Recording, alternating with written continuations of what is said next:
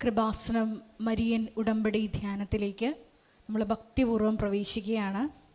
ഈശോയോട് നമുക്ക് ഹൃദയത്തിൽ നന്ദി പറയാം. ദൈവപിതാവിനാൽ ആകർഷിക്കപ്പെട്ട് പരിശുദ്ധ ജീവനോടെ പ്രത്യക്ഷപ്പെട്ട ഈ ആലയത്തിൽ നമ്മെ ഒരുമിച്ച് കൂട്ടിയ ദൈവപിതാവിൻ്റെ സ്നേഹത്തിന് നമുക്ക് ഹൃദയത്തിൽ നന്ദി പറയാം. നമുക്കെല്ലാവർക്കും അറിയാവുന്നതുപോലെ 2004 ഡിസംബർ 7 ഉച്ചകഴിഞ്ഞ് 2:30 ഇതുപോലുള്ളൊരു ആരാധനാ മധ്യയാണ് സമയഘടികാരം നെഞ്ചിൽ ചാർത്തി പരിശുദ്ധ ദൈവമാതാവ് ജീവനോടെ ഈ അൾത്താരയിൽ പ്രത്യക്ഷയായിക്കൊണ്ട് ദുരന്തം ഉണ്ടാകുവാൻ പോകുന്നു, പ്രാർത്ഥിക്കണമെന്ന വലിയ സന്ദേശം കൈമാറിയത്. അതുകൊണ്ട് തന്നെ ഓരോ ആരാധനയിലും ദൈവമക്കൾക്ക് വേണ്ടി പരിശുദ്ധ അമ്മ ഏറെ പ്രത്യേകമായി മധ്യസ്ഥം പ്രാർത്ഥിക്കുന്ന വലിയ ആരാധന മണിക്കൂറിലേക്കാണ് നമ്മൾ ഭക്തിപൂർവ്വം പ്രവേശിക്കാൻ പോകുന്നത്. അതുകൊണ്ട് തന്നെ നമ്മളെ വിഷമിപ്പിക്കുന്ന പാപവും ഭാരങ്ങളും എല്ലാം ഈ അൾത്താരയിൽ കൃപയുടെ സിംഹാസനത്തിൽ ഇറക്കി വെച്ചുകൊണ്ട് ഈശോയെ ഹൃദയം കൊണ്ട് ആത്മാവിലും സത്യത്തിലും സ്നേഹിച്ചുകൊണ്ട് ആരാധിച്ചുകൊണ്ട് ഈ സമയം ആയിരിക്കുവാൻ നമുക്ക് പ്രത്യേകം പരിശ്രമിക്കാം. 2015 മുതൽ കൃപാസനത്തിൽ വന്ന് തീർത്ഥാടക ഉടമ്പടിയെടുത്ത് പോയിട്ടുള്ള മുഴുവൻ ദൈവമക്കളെയും അവരുടെ കുടുംബങ്ങളെയും സ്ഥാപനങ്ങളെയും ഈ അൾത്താരയിൽ സമർപ്പിച്ച് നമുക്ക് ഒരു നിമിഷം മൗനമായിട്ട് പ്രാർത്ഥിക്കാം. ഒപ്പം തന്നെ 2020 മുതൽ ഓൺലൈനായി ഉടമ്പടിയെടുത്ത് പ്രാർത്ഥിക്കുന്ന ലോകത്തിൻ്റെ വിവിധ ഭൂഖണ്ഡങ്ങളിലായിരിക്കുന്ന സഹോദരങ്ങളെ ഈ അൾത്താരയിൽ സമർപ്പിച്ച് പ്രാർത്ഥിക്കാം. ഈശോയെ ഉടമ്പടിയെടുത്ത് പോയിട്ടുള്ള എല്ലാവർക്കും മരിയൻ ഉടമ്പടി നിബന്ധനകൾ വിശ്വസ്തതാപൂർവം പാലിച്ചുകൊണ്ട് അന്ത്യം വരെയും ക്രിസ്തു സാക്ഷികളായി നിലനിൽക്കുവാനുള്ള വലിയ കൃപ നൽകണമേ എന്ന് നമുക്കൊരു നിമിഷം എല്ലാവർക്കും വേണ്ടിയും പ്രാർത്ഥിക്കാം. ഒപ്പം തന്നെ ഈ ധ്യാനം നയിക്കുവാൻ പോകുന്ന ബഹുമാനപ്പെട്ട VP ജോസഫ് അച്ഛനെ ദൈവപിതാവിൻ്റെ കരങ്ങളിൽ, പരിശുദ്ധ അമ്മയുടെ കരങ്ങളിൽ ഈ അൾത്താരയിൽ സമർപ്പിച്ച് നമുക്കൊരു നിമിഷം പ്രാർത്ഥിക്കാം. പൗരോഹിത്യത്തിൻ്റെ 39 വർഷം ആഘോഷിക്കുന്ന ബഹുമാനപ്പെട്ട VP ജോസഫ് അച്ഛൻ്റെ ഈ കാലഘട്ടത്തിലുടനീളം കൃപാസനത്തിലൂടെ നൽകിയ വൻ കൃപകളെ ഓർത്ത് നമുക്ക് ദൈവപിതാവിന് നന്ദി പറയാം. വരാൻ പോകുന്ന ആരാധന മണിക്കൂറുകളെല്ലാം ഈശോയെ അച്ഛൻ്റെ അധരങ്ങളിലൂടെ പുറപ്പെടുന്ന ഓരോ വാക്കുകളും അത് കേൾക്കുന്ന നമ്മളിൽ ആന്തരികമായ വലിയ ചലനങ്ങൾ ഉണ്ടാക്കി പുതിയ സൃഷ്ടികളായി ഞങ്ങളെ ഓരോരുത്തരെയും രൂപാന്തരപ്പെടുത്തണമേ എന്ന് ഒരു നിമിഷം പ്രാർത്ഥിക്കാം. ഒപ്പം തന്നെ ധ്യാനത്തിൻ്റെ എല്ലാ ഭൗതിക സാഹചര്യങ്ങളെയും ഈ അൾത്താരയിൽ സമർപ്പിച്ച് പ്രാർത്ഥിക്കാം. ഗാന ശുശ്രൂഷയിലായിരിക്കുന്നവർ, മധ്യസ്ഥ പ്രാർത്ഥനയിലായിരിക്കുന്നവർ, മീഡിയയിലായിരിക്കുന്നവർ, ക്യാമറ കൈകാര്യം ചെയ്യുന്നവർ, സൗണ്ട് കൈകാര്യം ചെയ്യുന്നവർ, ഈ ആലയത്തിൽ ഇതേ സമയം വിവിധ മേഖലകളിൽ ശുശ്രൂഷകളായിരിക്കുന്ന ഓരോ മക്കളെയും ഈ അൾത്താരയിൽ സമർപ്പിച്ച് പ്രാർത്ഥിക്കാം. എല്ലാ സംവിധാനങ്ങളെയും ഈശോയെ നിൻ്റെ കൃപ ഞങ്ങളിലേക്ക് കടന്നു വരുവാനുള്ള ചാലകങ്ങളാക്കി രൂപാന്തരപ്പെടുത്തണമേ എന്ന് ഒരു നിമിഷം പ്രാർത്ഥിക്കാം. ഒരിക്കൽ കൂടെ നാളിതുവരെ കൃപാസനത്തിൽ വന്ന് പ്രാർത്ഥിച്ചു പോയിട്ടുള്ള മുഴുവൻ മക്കളുടെ നിയോഗങ്ങളെ സമർപ്പിച്ചുകൊണ്ട് ഏറെ പ്രത്യേകമായിട്ട് ഉടമ്പടിയെടുത്ത് പ്രാർത്ഥിക്കുന്ന മുഴുവൻ മക്കളെയും കുടുംബങ്ങളെയും സമർപ്പിച്ചുകൊണ്ട് ദിവ്യകാരുണ്യനാഥനെ അൾത്താരയിലോട്ട് വരവേറ്റുകൊണ്ട് നമുക്ക് ഇരുകരങ്ങളും ഉയർത്തി ദൈവസ്നേഹത്തോടെ സ്തുതിക്കാം. ഹാലലൂയ, മഹത്വം മഹത്വം, ആരാധന ആരാധന, ഹാലലൂയ ഹാലലൂയ. ഈശോയെ അങ്ങയുടെ ശക്തി ഈ സമയം ഈ ആലയത്തിൽ പ്രകടമാക്കണമേ എന്ന് പ്രാർത്ഥിക്കുന്നു. ഈശോയെ പരിശുദ്ധ അമ്മയോടുകൂടെ സെഹിയോൻ മാളികയിൽ പ്രാർത്ഥിച്ച അപ്പോസ്തല സമൂഹത്തിന്റെ മേൽ തീനാളങ്ങളുടെ രൂപത്തിൽ പരിശുദ്ധാത്മാവ് ഇറങ്ങി വന്നതുപോലെ ദാഹിച്ചു പ്രാർത്ഥിക്കുന്ന ഞങ്ങളിലേക്കും അങ്ങയുടെ ശക്തി അയക്കണമേ എന്ന് പ്രാർത്ഥിക്കുന്നു. പുത്തൻ പന്തക്കുസ്ത അനുഭവം നൽകണമേ എന്ന് പ്രാർത്ഥിക്കുന്നു. ലോകത്തിന്റെ അതിർത്തികളിൽ വരെയും നിനക്ക് സാക്ഷ്യം വഹിക്കുവാൻ ഞങ്ങളെ തിരഞ്ഞെടുത്ത് അഭിഷേകം ചെയ്യണമേ എന്ന് പ്രാർത്ഥിക്കുന്നു. വലിയ വലിയ ദൈവാനുഭവങ്ങൾ നൽകണമേ എന്ന് പ്രാർത്ഥിക്കുന്നു. ഹാലലൂയ ഹാലലൂയ, മഹത്വം മഹത്വം, ആരാധന ആരാധന, ഹാലലൂയ ഹാലലൂയ, യേശുവേ ആരാധന, ഹാലലൂയ.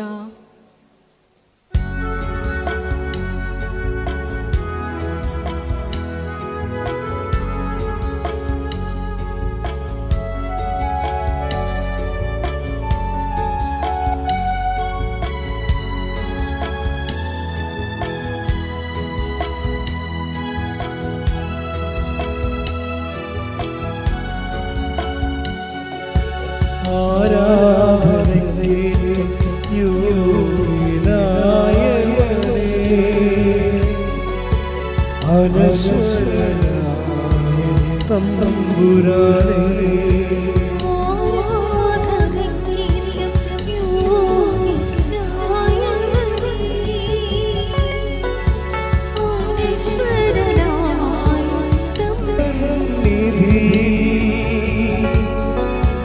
അർപ്പിക്കും നീ കാഴ്ചകൾ,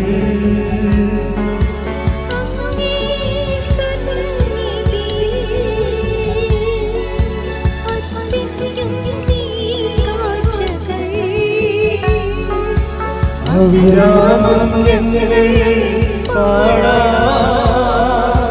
ആരാധന ആരാധന ആരാധന ആരാധന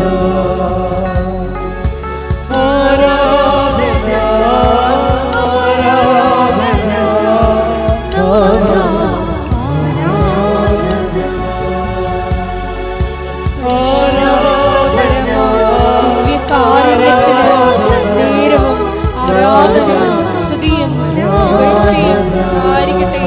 പരിശുദ്ധ പരമ ദിവ്യകാരുണ്യത്തിന് നേരവും ആരാധനയും സ്തുതിയും പുകഴ്ചയും ഉണ്ടായിരിക്കട്ടെ.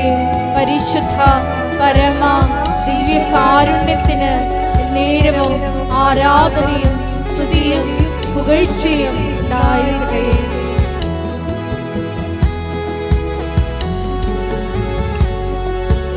ഈ തിരുവോസ്തിയിൽ കാണുന്നു ഞാൻ ഈശോ നിന്റെ രൂപം,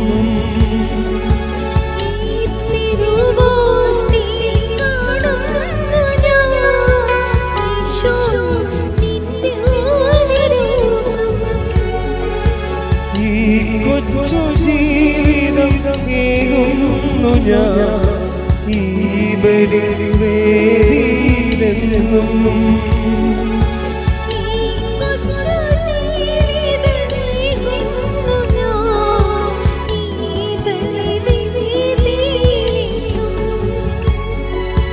അതിമോദം ഞങ്ങൾ പാടാം ആരാധന, കരങ്ങൾ വീശിക്കൊണ്ട് ആരാധന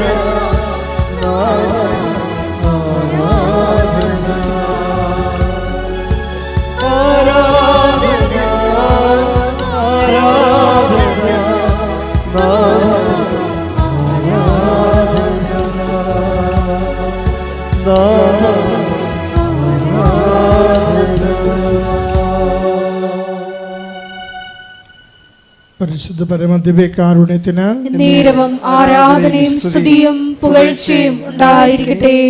പരിശുദ്ധ പരമദിവ്യകാരുണ്യത്തിന് നേരവും ആരാധനയും സ്തുതിയും പുകഴ്ചയും ഉണ്ടായിരിക്കട്ടെ. പരിശുദ്ധ പരമദിവ്യകാരുണ്യത്തിന് നേരവും ആരാധനയും സ്തുതിയും പുകഴ്ചയും ഉണ്ടായിരിക്കട്ടെ.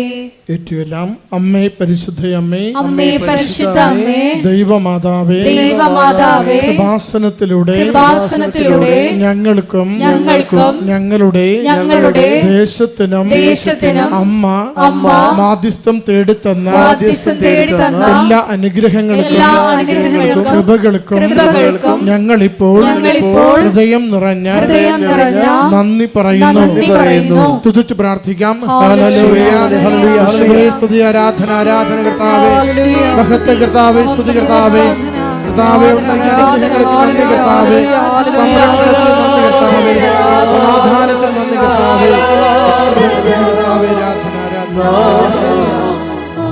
ആരാധന,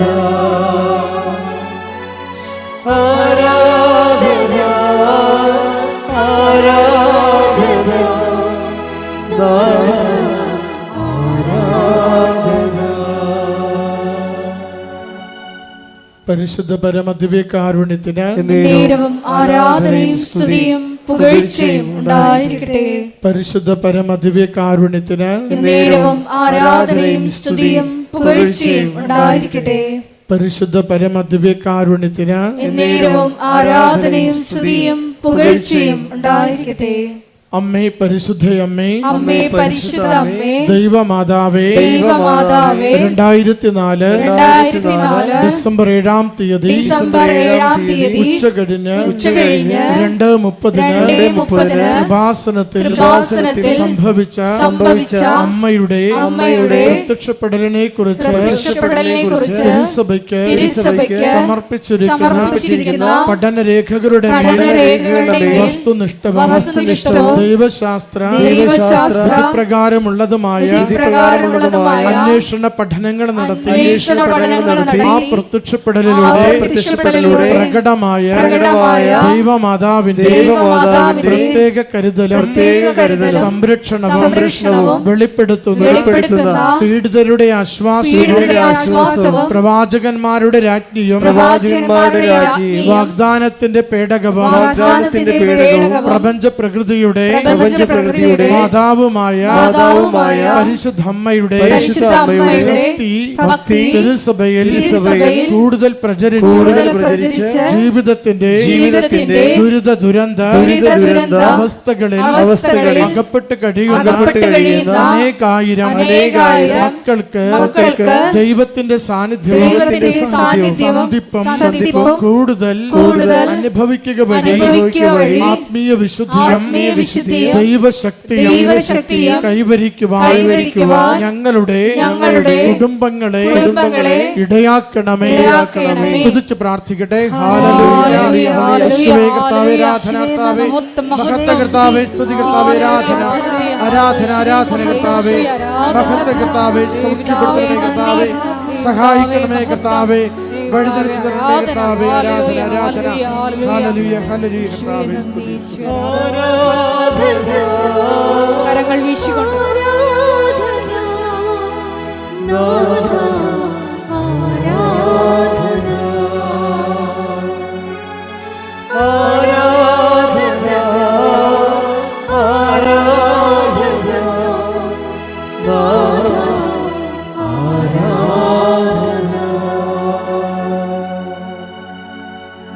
അമ്മേ പരിശുദ്ധയമ്മേ, അമ്മേ പരിശുദ്ധ അമ്മേ, ഭൂസ്വർലോകങ്ങളുടെ രാജ്ഞിയായ അങ്ങയ്ക്ക് ഭൗമ സംരക്ഷണത്തിനായി പ്രപഞ്ച പ്രകൃതിയെ തന്നെ തിരുസഭ പ്രതിഷ്ഠിക്കുവാൻ ഈ പ്രത്യക്ഷീകരണം വഴി ഇടയാക്കണമേ.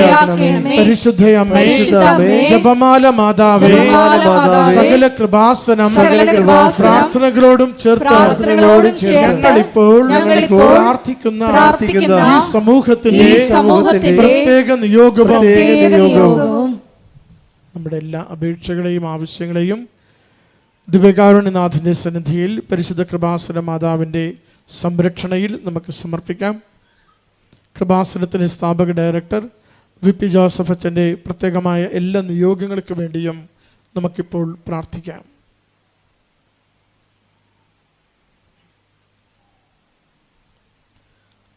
അമ്മയുടെ പ്രത്യക്ഷീകരണത്തിന്റെ ഈ അനുഗ്രഹവേളയിൽ ഞങ്ങൾക്ക് സാധിച്ചു തരുവാൻ കനിയണമേ. ആമേൻ. സ്തുതിച്ച് പ്രാർത്ഥിക്കട്ടെ. ഹല്ലേലൂയ. സ്തുതി കർത്താവേ, ആരാധന മഹത്വ കർത്താവേ, ആരാധന കർത്താവേ, മഹത്വ കർത്താവേ, സ്തുതി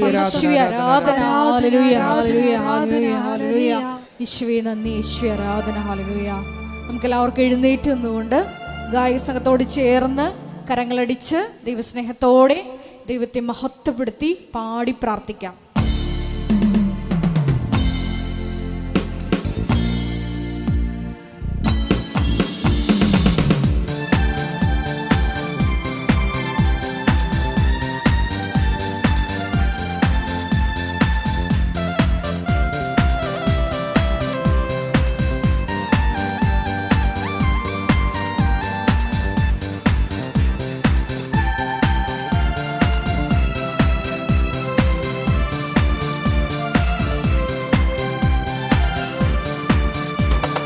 പുകഴ്ത്തിടാം യേശുവിനെ ക്രൂശിലെ ജയാളി, സ്തുതിച്ചിടാം യേശുവിനെ സ്തുതിക്കവൻ യോഗ്യനല്ലോ.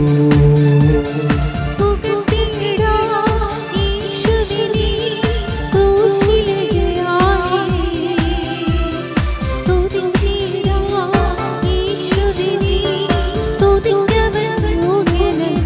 എല്ലാവരും ചേർന്ന് പുകഴ്ത്തിടാം യേശുവിനെ ക്രൂശിലെ ജയാളിയെ സ്തുതിച്ചിടാം യേശുവിനെ സ്തുതിക്കവൻ യോഗ്യനല്ലോ ആരാധിക്കാം യേശുവിനെ അധികാരമുള്ളവരെ വണങ്ങിടാം ദൈവ കുഞ്ഞാടിനെ ഉന്നതനെ ആരാധിക്കാം യേശു ക്രിസ്തുവിനെ അധികാരമുള്ളവരെ വണങ്ങിടാം ദൈവ കുഞ്ഞാടിനെ ഉന്നതനെ ആരാധിക്കാം യേശുവിനെ ക്രൂശിലെ ജയാളിയെ സ്തുതിച്ചിടാം യേശുവിനെ സ്തുതിക്കവൻ യോഗ്യനല്ലോ സ്തുതിച്ചു പ്രാർത്ഥിക്കാം. Hallelujah hallelujah. ഒരിക്കൽ കൂടി ഈ ധ്യാനം നയിക്കുവാൻ പോകുന്ന ബഹുമാനപ്പെട്ട വിശു ജോസഫ് അച്ഛനെ ഈ അൾത്താരയിൽ സമർപ്പിച്ചു പ്രാർത്ഥിക്കുന്നു. ഈശോയെ, ഞങ്ങൾക്ക് ആവശ്യമായിട്ടുള്ള വചനം നൽകണമേ എന്ന് പ്രാർത്ഥിക്കുന്നു. വചനം കേൾക്കുന്ന ഞങ്ങളുടെ ആന്തരിക കർണപുടങ്ങളെ അഭിഷേകം ചെയ്യണമേ എന്ന് പ്രാർത്ഥിക്കുന്നു. വചനം സ്വീകരിക്കുവാൻ ഞങ്ങളുടെ ഹൃദയങ്ങളെ ഒരുക്കണമേ എന്ന് പ്രാർത്ഥിക്കുന്നു. ഷെക്കിന ടെലിവിഷനിലൂടെയും ഷാലോൺ ടെലിവിഷനിലൂടെയും സോഷ്യൽ മീഡിയ പ്ലാറ്റ്ഫോമിലൂടെ എല്ലാം സോഷ്യലിൽ പങ്കെടുത്ത് വിവിധ സമയങ്ങളിൽ പ്രാർത്ഥിക്കുവാൻ പോകുന്ന മുഴുവൻ ദൈവമക്കളെയും ഏറ്റെടുക്കണമേ എന്ന് പ്രാർത്ഥിക്കുന്നു. ഹല്ലേലൂയ. വിശ്വസിക്കാം യേശുവിനെ ഏറ്റവും പ്രിയനായോനെ ഏറ്റുപറയാം യേശുവിനെ കർത്താവി കർത്താവിനെ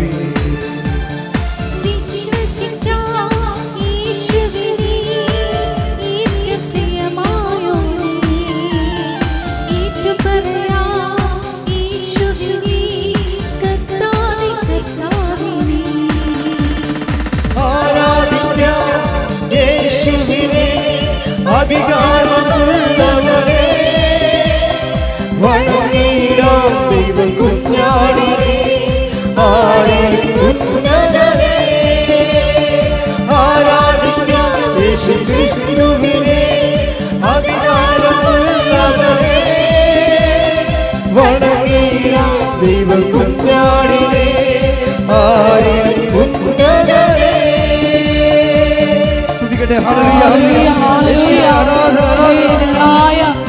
ദുരിതങ്ങളിലൂടെ കടന്നു പോകുന്ന ഓരോ മക്കളെയും ജ്ഞാനത്തോട് ചേർത്ത് ആരാധനയോട് ചേർത്ത് ഞങ്ങൾ സമർപ്പിച്ച് പ്രാർത്ഥിക്കുന്നു.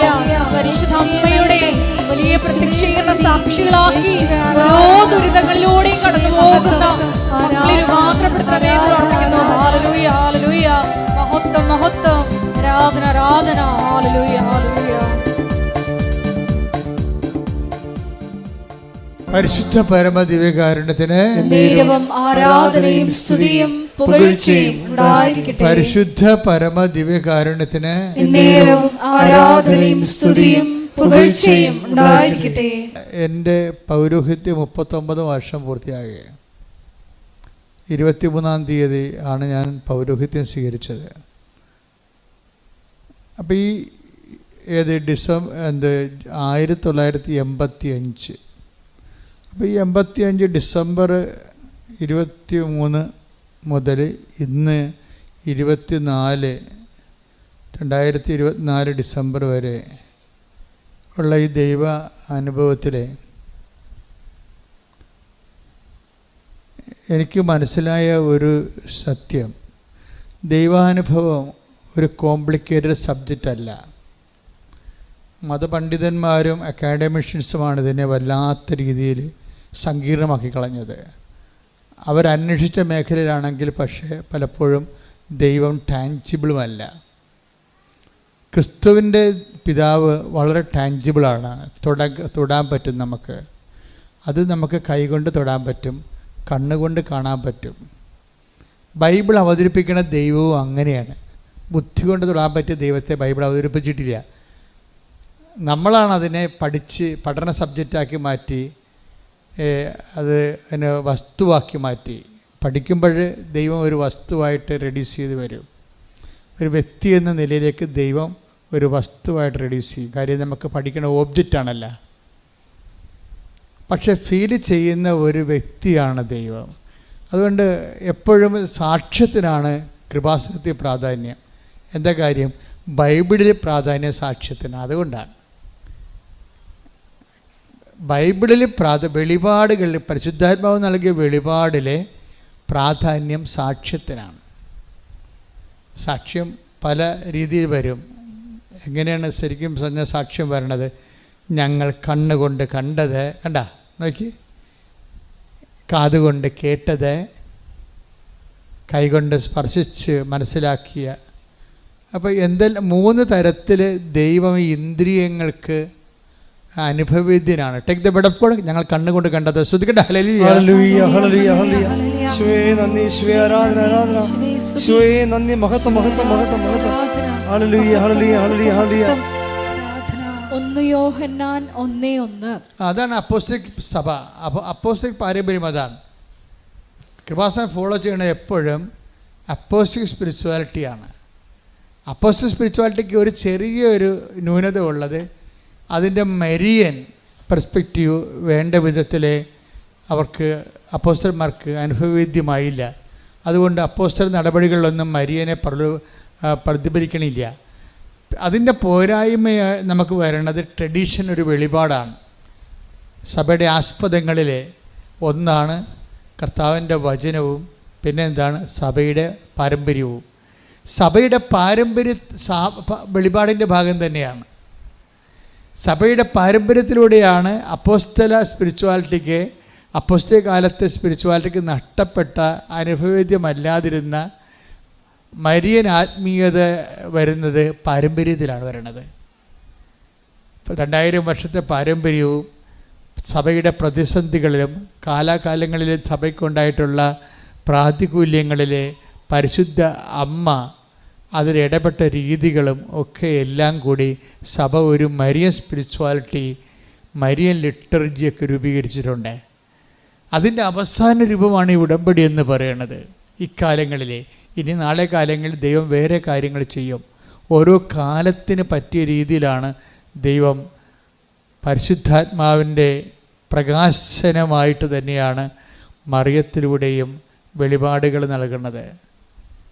ഇപ്പം ഞാനിപ്പോഴേ ഇവിടെ വരികയും ഞാൻ ഒത്തിരി കാര്യങ്ങളൊക്കെ പ്രാർത്ഥിച്ചും ധ്യാനിച്ചൊക്കെയാണ് വന്നത്. എന്നെ വിട്ടപ്പോഴേ കർത്താവ് എന്നെ തുടങ്ങാൻ ആവശ്യപ്പെടുന്ന ഇത് വെച്ചാണ്. എന്താണ്? വചനം നൽകിയത്. ഇന്നിപ്പോൾ ഞാൻ ഇപ്പോഴേ ഇവിടെ ഓൺ ദി സ്പോട്ടിൽ വചനം ഓപ്പൺ ചെയ്ത് കർത്താവിനോട് ആലോചന ചെയ്തപ്പോഴേ കർത്താവ് പറഞ്ഞ വചനം ഇതാണ്. 8:13 ലൂക്ക 8:13 എടുത്ത് ശ്രുതികടെ. ഹല്ലേലൂയ ഹല്ലേലൂയ ഹല്ലേലൂയ. യേശുവേ നന്ദി, യേശുവേ സ്തുതി. ഹല്ലേലൂയ. ലൂക്ക 8:13. ലൂക്ക 8:13. പാറയിൽ വീണത് വചനം കേൾക്കുമ്പോൾ സന്തോഷത്തോടെ അത് സ്വീകരിക്കുന്നവരാണ്. എങ്കിലും അവർക്ക് വേരുകളില്ല. അവർ കുറെ നാളത്തേക്ക് വിശ്വസിക്കുന്നു. എന്നാൽ പ്രലോഭനങ്ങളുടെ സമയത്ത് അവർ വീണു പോകുന്നു. അതായത് വചനത്തിൽ വരുന്നൊരു വിഷയം, ഒരു വർത്തമാനകാല സന്തോഷം ഉണ്ടാവും, പക്ഷെ കുറച്ച് കഴിയുമ്പോൾ അതങ്ങനെ കുറഞ്ഞ് വരും. കർത്താവ് വർത്തമാനകാല ആധ്യാത്മിക അനുഭവങ്ങളെ അത്ര കണ്ട് വില മതിക്കണില്ല. വർത്തമാനകാലം ഇപ്പം നിങ്ങൾ ഉടമ്പടി എടുത്തു, പെട്ടെന്ന് വന്ന് ഒരു അനുഭവങ്ങൾ കിട്ടി, അപ്പോൾ നിങ്ങൾക്ക് സന്തോഷമുണ്ടായി. പക്ഷേ അടുത്ത കൊല്ലം ഡിസംബറിൽ നിങ്ങളുടെ അവസ്ഥ എന്താണെന്ന് ദൈവത്തിന് ഇപ്പം അറിയാം. പിടിയില്ലേ? ഇപ്പം നിങ്ങൾക്ക് ഭയങ്കര സന്തോഷമൊക്കെ ചെയ്യുക, സാക്ഷ്യം പറയാൻ പറ്റുന്നവരൊക്കെ എന്ത് ആഘോഷമായിട്ടാണ് വരുന്നത്. പക്ഷേ മാതാവ് എൻ്റെ മുഖത്ത് നോക്കുമ്പോൾ ചില സമയത്ത് ചിലർ പറയും, അമ്മ എന്താ ചിരിക്കാത്തത്, അമ്മ എന്താ സീരിയസ് ആയിട്ടിരിക്കണം എന്നൊക്കെ ചോദിക്കും ചിലർ.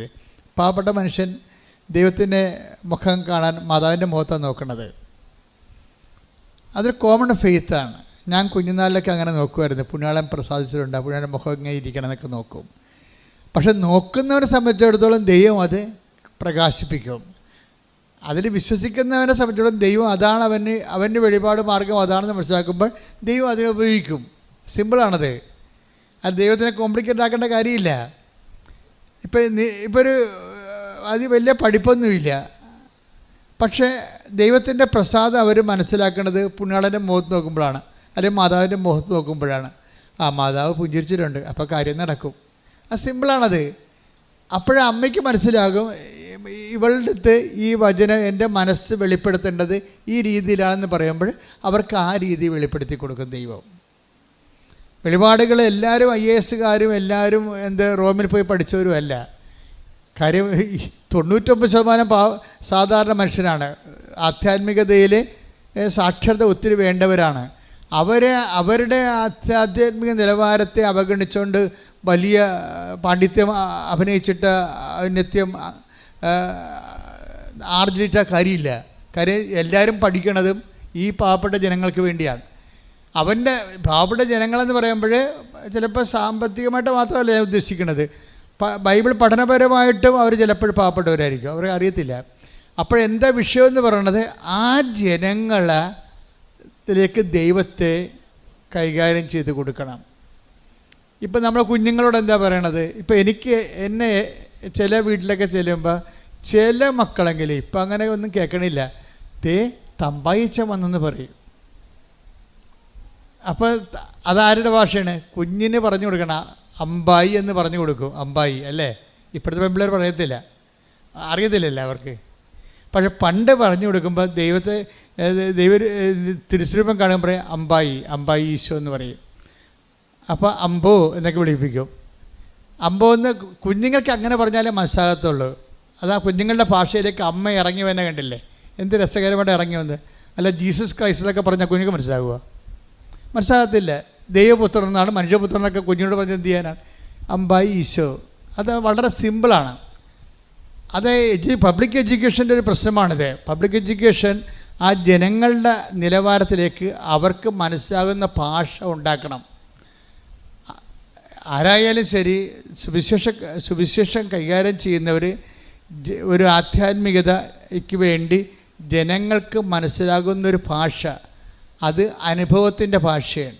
അതുകൊണ്ടാണ് നമ്മൾ അണമുറിയാതെ സാക്ഷ്യം പറയുന്നതിൻ്റെ കാര്യം അതാണ്. സാക്ഷ്യം എന്താണ്? അനുഭവത്തിൻ്റെ ഭാഷയാണ്. അതുകൊണ്ടാണ് ഈശോ പറയണത്, നിങ്ങൾ ഭൂമിയുടെ അതിർത്തികൾ വരെ എനിക്കിഷ്ടപ്പെട്ടൊരു വാക്കാണത്. എന്താ പറഞ്ഞത്? നിങ്ങൾ ഏറ്റു പറഞ്ഞ നിങ്ങൾ ഭൂമിയുടെ അതിർത്തികൾ വരെ എനിക്ക് സാക്ഷികളായിരിക്കും. The word of God സ്തുതിക്കട്ടെ. ഹല്ലേലൂയ ഹല്ലേലൂയ ഹല്ലേലൂയ ഹല്ലേലൂയ. യേശുവേ നന്ദി, യേശുവേ ആരാധന, യേശുവേ മഹത്വം മഹത്വം മഹത്വം. ഹല്ലേലൂയ ഹല്ലേലൂയ ഹല്ലേലൂയ ഹല്ലേലൂയ. ആരാധന ആരാധന യേശുവേ ആരാധന ആരാധന ആരാധന യേശുവേ ആരാധന. പരിശുദ്ധ പരമ ദിവ്യകാരുണ്യത്തിന് ആരാധനയും സ്തുതിയും പുകഴ്ചയും ഉണ്ടായിരിക്കട്ടെ. പരിശുദ്ധ പരമ ദിവ്യകാരുണ്യത്തിന് ആരാധനയും സ്തുതിയും പുകഴ്ചയും ഉണ്ടായിരിക്കട്ടെ. വായിച്ചോളൂ. അപ്പോസ്തല പ്രവർത്തനങ്ങൾ 1:8. അപ്പോസ്തല പ്രവർത്തനം 1:8. എന്നാൽ പരിശുദ്ധാത്മാവ് നിങ്ങളുടെ മേൽ വന്നു കഴിയുമ്പോൾ നിങ്ങൾ ശക്തി പ്രാപിക്കും. ജെറുസലേമിലും യൂദയ മുഴുവനിലും സമരിയായിലും ഭൂമിയുടെ അതിർത്തികൾ വരെയും നിങ്ങൾ എനിക്ക് സാക്ഷികളായിരിക്കുകയും ചെയ്യും. അപ്പോൾ പരിശുദ്ധാത്മാവ് വന്നു കഴിയുമ്പോൾ നമുക്ക് വ്യാഖ്യാനം ഓരോന്നും കിട്ടും. ഞാൻ ഒരു ദിവസം ഇത് വായിച്ചപ്പോൾ ഈശോ പറഞ്ഞത്, ഭൂമിയുടെ അതിർത്തി എന്ന് പറയുന്നത് നീ അന്റാർട്ടിക്ക വരെ അളന്നു പോകേണ്ട കാര്യമൊന്നുമില്ല. നിൻ്റെ ഭൂമിയുടെ അതിർത്തി എന്ന് പറയുന്നത് നീ എന്ന് ചത്ത് വീഴുന്ന അതാണ് നിൻ്റെ ഭൂമി. നിൻ്റെ ഭൂമി അവിടെ വെച്ച് തീരുകയാണ്. നിങ്ങൾ ഭൂമിയുടെ അതിർത്തി വരെ എന്ന് പറഞ്ഞതിൻ്റെ അർത്ഥം എന്താണ്? നമ്മുടെ ജീവിതകാലം മുഴുവനും എന്നാ. നമ്മൾ ഈ ഭൂമിയിൽ നടക്കുന്ന അത്രയും കാലം നമ്മളെന്ന് നമ്മുടെ കണ്ണടയുന്നു, അന്ന് നമ്മുടെ ഭൂമിക്ക് അതിർത്തിയായി, ഭൂമി തീരുകയാണ്. അപ്പം നമ്മുടെ മരണം വരെ ആരായിരിക്കും? നമ്മൾ ബേസിക്കായിട്ട് നമ്മൾ സാക്ഷികളായിരിക്കും. ഒന്ന് പ്രാർത്ഥിച്ച കർത്താവേ, എൻ്റെ കണ്ണടയുന്നത് വരെ അങ്ങയുടെ നാമത്തിന്റെ സാക്ഷിയാകാൻ പ്രത്യേകമായി അഭിഷേകം ചെയ്യണമേ. ശ്രദ്ധിക്കട്ടെ.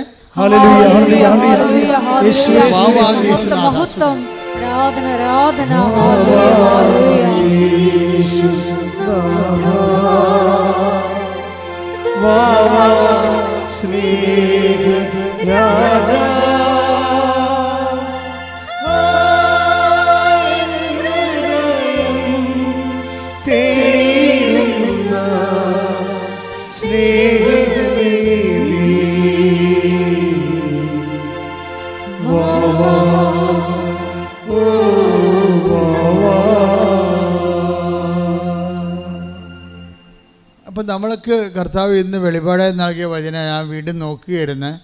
അത് 8:13 എന്താണ്? പാറയിൽ വീണ വിത്ത്. വചനം വിതക്കുമ്പോൾ വീഴുന്ന സ്ഥലത്തെക്കുറിച്ചാണ് ഈശോ പറയണത്. ചിലത് പാറയിലാണ് വീഴുന്നത്. പാറയിൽ വീണ വിത്ത് അവർ കേൾക്കുമ്പോൾ തന്നെ ഭയങ്കര സന്തോഷം. വചനങ്ങൾ കേൾക്കുമ്പോൾ സന്തോഷമാകും, ഉടമ്പടി എടുക്കുമ്പോൾ സന്തോഷമാകും, ഉടമ്പടിയുടെ ആദ്യത്തെ ഒരാഴ്ച ഭയങ്കര സന്തോഷമാകും, പ്രത്യാശയാകും. പക്ഷേ എന്താ പറ്റണത്? വേരില്ലെന്ന്. അതാണ് പ്രശ്നം. വേരില്ലാത്തത് കാരണം ഇപ്പോൾ പ്രധാനപ്പെട്ട കാര്യം വചനമല്ല, വചനവും വേരുമാണ് പ്രധാനപ്പെട്ട കാര്യം. വചനം മാത്രം പോരാ, വേരുണ്ടാകണം. ഉടമ്പടി ശ്രദ്ധിക്കുന്നത് വേരുകൾ കൂടുതൽ മുളപ്പിക്കാൻ വേണ്ടിയുള്ള ശ്രമങ്ങളാണ് നടത്തുന്നത്. ഇപ്പം നമ്മൾ തെങ്ങ് കൃഷി ചെയ്യുന്ന ആൾക്കാരില്ലേ, അവരെന്നാ ചെയ്യണത്? അവർ കൂടുതൽ ചില വേരുകൾ മുളക്കാൻ വേണ്ടി അവർ തെങ്ങിൻ്റെ തടിയെ ചേർത്ത് മണ്ണൊക്കെ ഇടും. തടിയെ ചിലയിടത്തത് ഉപദ്രവം ചെയ്യും, ചിലക്കത് ഗുണം ചെയ്യും. ആ മണ്ണ് ശരിക്കും നല്ല ലെവൽ ചെയ്ത് കുറച്ച് വിസ്താരത്തിലിടുകയാണെങ്കിൽ മണ്ണ് വളമെടുക്കാൻ പറ്റുന്ന രീതി പുതിയ വേരുകൾ ഇറക്കും. തെങ്ങ് പുതിയ വേരുകൾ ഇറക്കും. മണ്ണില്ലെങ്കിൽ ആ വേരും പുറ്റുമായിട്ട് അവിടെ നിൽക്കും. അപ്പോൾ പുതിയ വേരുകൾ ഇറക്കുക എന്നുള്ളതാണ് ശരിക്കും പറഞ്ഞാൽ ഉടമ്പടിയുടെ ഏറ്റവും വലിയ പുതിയ വേരുകൾ.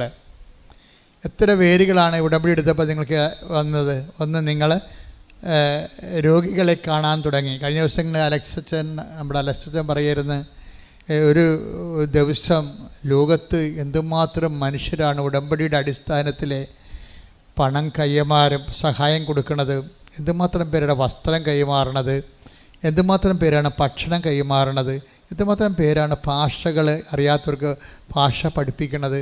അപ്പോൾ ഉടമ്പടിയിലൂടെ പുതിയ വേരുകൾ ഇറങ്ങുകയാണ്.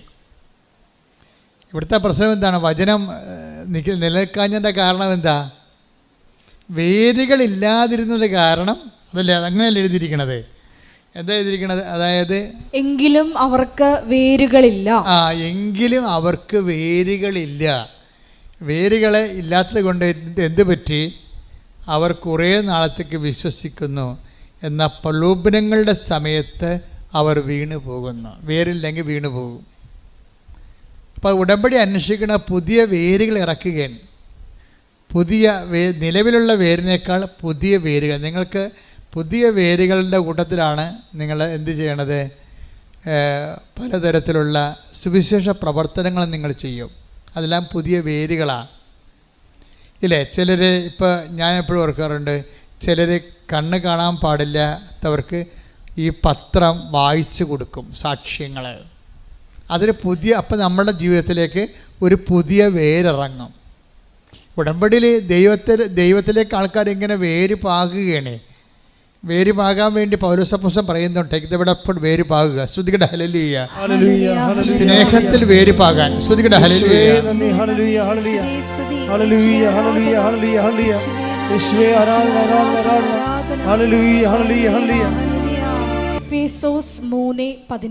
എഫേസ്യൻസ് ലേഖനം 3:17 വിശ്വാസം വഴി ക്രിസ്തു ക്രിസ്തു നിങ്ങളുടെ ഹൃദയങ്ങളിൽ വസിക്കണമെന്നും നിങ്ങൾ സ്നേഹത്തിൽ വേരുപാകി അടിയുറയ്ക്കണമെന്നും ഞാൻ പ്രാർത്ഥിക്കുന്നു. അപ്പോൾ ഉടമ്പടി ജീവിതത്തിന് വേണ്ടി പ്രാർത്ഥിക്കുന്ന ഭാഗമാണിത്. നമ്മുടെ ദൈവമായിട്ടുള്ള ഉടമ്പടി ജീവിതത്തിന് വേണ്ടി അപ്പോസ്തലൻ പ്രാർത്ഥിക്കുകയാണ്. എന്താ പ്രാർത്ഥിക്കണത്? ഒന്ന് വായിച്ചേ. വിശ്വാസം വഴി ക്രിസ്തു നിങ്ങളുടെ ഹൃദയങ്ങളിൽ വസിക്കണമെന്നും നിങ്ങൾ സ്നേഹത്തിൽ വേരുപാകി അടിയുറയ്ക്കണമെന്നും ഞാൻ പ്രാർത്ഥിക്കുന്നു. അത് വേരുകളില്ലാത്തതിനാൽ ഉണങ്ങിപ്പോകുന്നു എന്നാണ് 8:13 പറയുന്നത് അല്ലേ? അവർ ചിലർ പെട്ടെന്ന് വിശ്വസിക്കും, പക്ഷെ വേരുകളില്ലാത്തത് കൊണ്ട് അത് ഉണങ്ങിപ്പോകും. ഇപ്പോൾ എന്താ പൗലോസ് ഇതിൻ്റെ കൂടെ പറയണത്? ഇത് ലൂക്കാൻ്റെ സുവിശേഷമാണ്. പൗലോസ് ഇതിൻ്റെ കൂടെ സബോർഡിനേറ്റായിട്ട് പറയുന്നത് എന്താണ്? നിങ്ങൾ സ്നേഹത്തിൽ വേരുപാകി അടി ഉറക്കണം അല്ലേ? എഫേസ്യസ് 3:17 ഒന്ന് പറഞ്ഞാൽ സ്നേഹത്തിൽ വേരുപാകി അടിയുറക്കണം. അപ്പം അതുകൊണ്ടാണ് അടി ഉറച്ചില്ലെങ്കിൽ എന്ത് പറ്റും? വീണു പോകും. അതുകൊണ്ട് വീണു പോകണമെന്നാണ് പറയണത്. വേരില്ലാത്തത് കൊണ്ട് അത് വീണു പോകുന്നു. വീണു പോകാതിരിക്കാൻ എന്ത് ചെയ്യണം? അടി ഉറക്കണം. അടി ഉറക്കണമെങ്കിൽ എന്ത് ചെയ്യണം? സ്നേഹത്തിൽ വേരുപാകണം. Price the Lord. ഈ സ്നേഹത്തിലെ വേരുപാകയിലാണ് നമ്മൾ എവിടെ നടക്കുന്നത്? നിങ്ങളുടെ കാരുണ്യ പ്രവർത്തികളിലൂടെ നടക്കുന്നത്. Price the Lord. അതാണ് ഉടമ്പടി ജീവിതം. സ്നേഹത്തെ വേരുപാകുന്ന പരിപാടിയാണ് കാരുണ്യ പ്രവർത്തികളിലൂടെ നടക്കുന്നത്. അത് തന്നെയാണ് കാരുണ്യ പ്രവൃത്തി തന്നെയാണ് ശരിക്കും പറഞ്ഞാൽ നമ്മുടെ വിശ്വാസ കൈമാറ്റം. കാര്യം ഏറ്റവും വലിയ കാരുണ്യ പ്രവൃത്തി ഇവിടെ കാരുണ്യ വർഷമെന്നും പറഞ്ഞുകൊണ്ട് ഒരു വർഷം മാർപ്പാപ്പ ഉദ്ഘാടനം ചെയ്തായിരുന്നു. ഏത് വർഷമാണെന്ന് ഞാൻ മറന്നുപോയി. കരുണയുടെ വർഷം. അപ്പം ഞാൻ ഇവിടെ എനിക്ക് പരിശുദ്ധാത്മാവ് ഈ വിഷയം വന്നപ്പോൾ എന്നോട് പറഞ്ഞത് ഏറ്റവും വലിയ കരുണയെന്ന് പറയണത് ക്രിസ്തുവിനെ കൈമാറുന്നതാണ്, അല്ല ക്രിസ്തുവിൻ്റെ പേരിൽ എന്തെങ്കിലും ചരക്കുകൾ കൈമാറുന്നതല്ല. നമ്മൾ ഏറ്റവും അടിസ്ഥാനപരമായ കാരുണ്യം മനുഷ്യരാശിയോട് കാണിക്കണത് എന്താണ്? ക്രിസ്തുവിനെ കൈമാറുന്നതാണ്. അല്ല ക്രിസ്തുവിൻ്റെ പേരിൽ ഓർഫണേജ് ഉണ്ടാക്കുന്നതോ അതിൻ്റെ പേരിൽ വേറെ ലോകത്തെ ഇവിടെ ദരിദ്ര രാഷ്ട്രമാണെന്നും പറഞ്ഞ് വിദേശത്ത് പോയി ഓർഫണേജുകൾക്ക് വേണ്ടി പണം സമ്പാദിക്കുന്നതോ അല്ല. അത് സെക്കൻഡറിയാണ്. നിവൃത്തിയില്ലെങ്കിൽ ചിലപ്പോൾ ചെയ്യാവുന്നൊരു കാര്യമാണ്. അതൊരു പ്രധാനപ്പെട്ട ഒരു ജോലിയായിട്ട് എടുക്കരുത്. എന്താ വെച്ചാൽ അത് പലപ്പോഴും വരണത് നമ്മൾ ഗതികെട്ടവരാണെന്ന് മറ്റ് രാജ്യക്കാരോട് പറയുമ്പോൾ ആ രാജ്യക്കാർ നമ്മൾ ഒരു ഏഴാം കൂലിയായിട്ട് കാണത്തുള്ളൂ. അത് അങ്ങനെ വരുമ്പോൾ സൂക്ഷിച്ചില്ലെങ്കിൽ നമ്മൾ മറ്റ് രാജ്യങ്ങളോട് പറയുമ്പോൾ നമ്മൾ സൂക്ഷിച്ചില്ലെങ്കിൽ അത് രാജ്യദ്രോഹ കുറ്റം പോലെ വരും. അതിപ്പോൾ ആര് ചെയ്താലും എപ്പോഴും നമ്മൾ ചെയ്യണത് നമ്മളെ സംബന്ധിച്ചിടത്തോളം ഈ സുവിശേഷം കൈമാറാൻ കപ്പാസിറ്റി ഉള്ള ആൾക്കാരാണ് നമ്മൾ എന്നുള്ളത് പ്രധാനപ്പെട്ട വിഷയമാണ്. അതുകൊണ്ട് തന്നെ സാമ്പത്തിക അഭിവൃദ്ധി കൈവരിക്കുക എന്നുള്ളതും പ്രധാനപ്പെട്ട വിഷയമാണ്. അതായത് കിട്ടുന്ന സാമ്പത്തികം നഷ്ടപ്പെടുത്തി കളയാതെ അത് കൈവരിക്കുകയും നമ്മളുടെ കഴിവുകൊണ്ട് തന്നെ മറ്റുള്ളവർക്ക് കൊടുക്കാൻ കഴിയും. അതാണ് ഞാൻ ഉദ്ദേശിക്കുന്നത്. അല്ലാതെ അത് ചെയ്യുന്ന ആൾക്കാരെ കൊച്ചാക്കി കാണുകയല്ല. ഞാൻ ഉദ്ദേശിക്കുന്നത് ഇന്ന് ഈ കേരള സഭയ്ക്ക് തന്നെ കേരള സഭയുടെ സ്ഥാപനങ്ങളെ സപ്പോർട്ട് ചെയ്യാൻ കഴിയും. എന്നാ സംശയം? കേരള സഭയ്ക്ക് തന്നെ കേരള സഭയുടെ എല്ലാ സ്ഥാപനങ്ങളെയും സപ്പോർട്ട് ചെയ്യാൻ കഴിയുക മാത്രമല്ല അതിനുള്ള മനസ്സുണ്ടിന്ന്. കരിസ്മാറ്റിക് പ്രസ്ഥാനം ഒരു 50 കൊല്ലം ഈ ഭൂമിയിൽ ശുശ്രൂഷ ചെയ്ത് കഴിഞ്ഞപ്പോൾ നമ്മൾക്ക് അവശേഷിച്ച ഏറ്റവും വലിയ സംഭവം ജനങ്ങൾക്ക് കൈമാറ്റം ചെയ്യാനുള്ള, അതായത് മറ്റുള്ളവരെ സ്നേഹിക്കാനും കൈമാറാനുമുള്ള ഒരു കഴിവ് മുമ്പത്തേനേക്കാൾ കൂടി. അത് വലിയ സത്യമായൊരു കാര്യമാണത്. കാര്യം ഞാൻ ആ ഫീൽഡിൽ എത്രയോ വർഷങ്ങളായിട്ട് നിൽക്കുന്നതാണ്. അപ്പോൾ അതിൻ്റെ ആ കാലത്തിനൊപ്പം സഞ്ചരിക്കുമ്പോൾ നമുക്ക് മനസ്സിലാകണത് ക്രിസ്തുവിനെ കൈമാറാൻ എത്രയോ 109 ആതുരാലയങ്ങൾ സ്ഥാപിക്കപ്പെട്ടിരിക്കുന്നു. നമ്മളെ ഒരു സ്ഥാപനവൽക്കരണം ഇന്നല്ലെങ്കിൽ നാളെ സഭയ്ക്ക് ബാധ്യതയാകുമെന്ന് മനസ്സിലാക്കിയിട്ടാണ് ഉടമ്പടിയിലെ സ്ഥാപനം നിങ്ങൾ തന്നെയാണെന്ന് പറയും. ഇതിന് പ്രത്യേക ഒരു സംവിധാനം ഉണ്ടാക്കണില്ല, മറിച്ച് ക്രിസ്തുവിനെ സ്വീകരിച്ച നിങ്ങളിവിടെ കൊണ്ടുവന്നിട്ട് അതിനൊരു ഡയറക്ടറിനെയും സെക്രട്ടറിയെയും വെച്ചിട്ട് ഞങ്ങളത് പൂൾ ചെയ്യാമെന്നുള്ള സംഭവം അത് ആദിമസഭയിൽ നിലനിന്നിരുന്ന സംവിധാനമാണ്.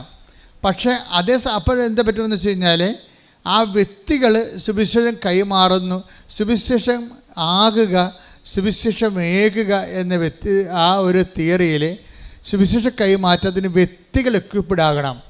അതാണ് ഉടമ്പടി എടുക്കുന്ന ഓരോ വ്യക്തികളും അതിനാവതില്ലെങ്കിൽ ആ പണിക്ക് പോകരുതെന്ന് ഞാൻ കർശനം പറയുന്ന കാര്യം അതാണ്.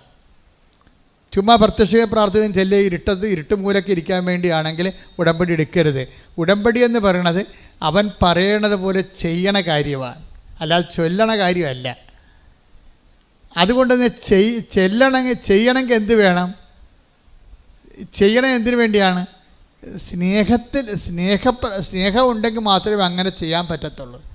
അതുകൊണ്ടാണ് എഫേസ്യൻസിൻ്റെ 3:17 വായിച്ചത്, നിങ്ങൾ സ്നേഹത്തിൽ വേര് പാകി അടിയുറക്കണം. ഉടമ്പടിയിലുള്ള ആൾക്കാർ വസ്ത്രമില്ലാത്തവർക്ക് വസ്ത്രം കൊടുക്കുന്നുണ്ട്, ഭക്ഷണമില്ലാത്തവർക്ക് ഭക്ഷണം കൊടുക്കുന്നുണ്ട്, ആശുപത്രി അതുപോലെ തന്നെ ഓരോരുത്തരെയും പറ്റുന്ന പോലെ സാമ്പത്തികമായി സഹായിക്കുന്നുണ്ട്. പക്ഷേ അതൊക്കെ ചെയ്യുമ്പോൾ നിങ്ങൾ ശ്രദ്ധിക്കേണ്ട കാര്യം, അത് ചെയ്യേണ്ട സ്പിരിറ്റാണ് പ്രോബ്ലം. ഞാൻ ഉടമ്പടി എടുത്തതുകൊണ്ട് ഞാനൊരു വസ്ത്രം മറ്റൊരാൾക്ക് കൊടുക്കുന്നു, ഞാൻ ഉടമ്പടിയിലായിരിക്കുന്നത് കൊണ്ട് അങ്ങനെ ചെയ്യുന്നു. അങ്ങനെ വന്നു കഴിഞ്ഞാൽ അത് സ്നേഹത്തിനല്ല പ്രാധാന്യം, ഉടമ്പടിക്കായിരിക്കും പ്രാധാന്യം. ഉടമ്പടിക്ക് പ്രാധാന്യം എന്ന് വെച്ച് കഴിഞ്ഞാൽ ഞാനിങ്ങനെ ചെയ്യുമ്പോൾ ദൈവം പ്രസാദിച്ച് ദൈവം എനിക്ക് ജോലി തരും. അപ്പോൾ ആർക്കാണ്? നിങ്ങൾക്കാണ് പ്രാധാന്യം. ആരാണ് സ്നേഹിക്കണത്? നിങ്ങളെയാണ് സ്നേഹിക്കണത്. അതാണ് വിഷയം വന്നിരിക്കുന്നത്. അപ്പോൾ ഉടമ്പടി പ്രകാരം നിങ്ങളെ മറ്റുള്ളവരെ സഹായിക്കുമ്പോൾ ദൈവസ്നേഹത്തിലാണ് വേര് പാകേണ്ടത്. അത് ഉടമ്പടി ഇല്ലെങ്കിലും ആ 90 ദിവസം കഴിഞ്ഞാലും ഞാൻ വീണു പോകാതെ അതേ അരൂപിൽ തന്നെ ജീവിക്കും എന്ന് പറഞ്ഞേ. കർത്താവേ 90 ദിവസം കഴിഞ്ഞാലും ഉടമ്പടി പുതുക്കക്കാലം കഴിഞ്ഞാലും ഞാൻ ദൈവസ്നേഹത്തിന്റെ പരസ്നേഹത്തിന്റെ സാക്ഷികളായി ജീവിക്കും. അമ്മേ പരിശുദ്ധമ്മേ, എന്നെ സഹായിക്കണം. ശ്രുതികട ഹല്ലേലൂയ.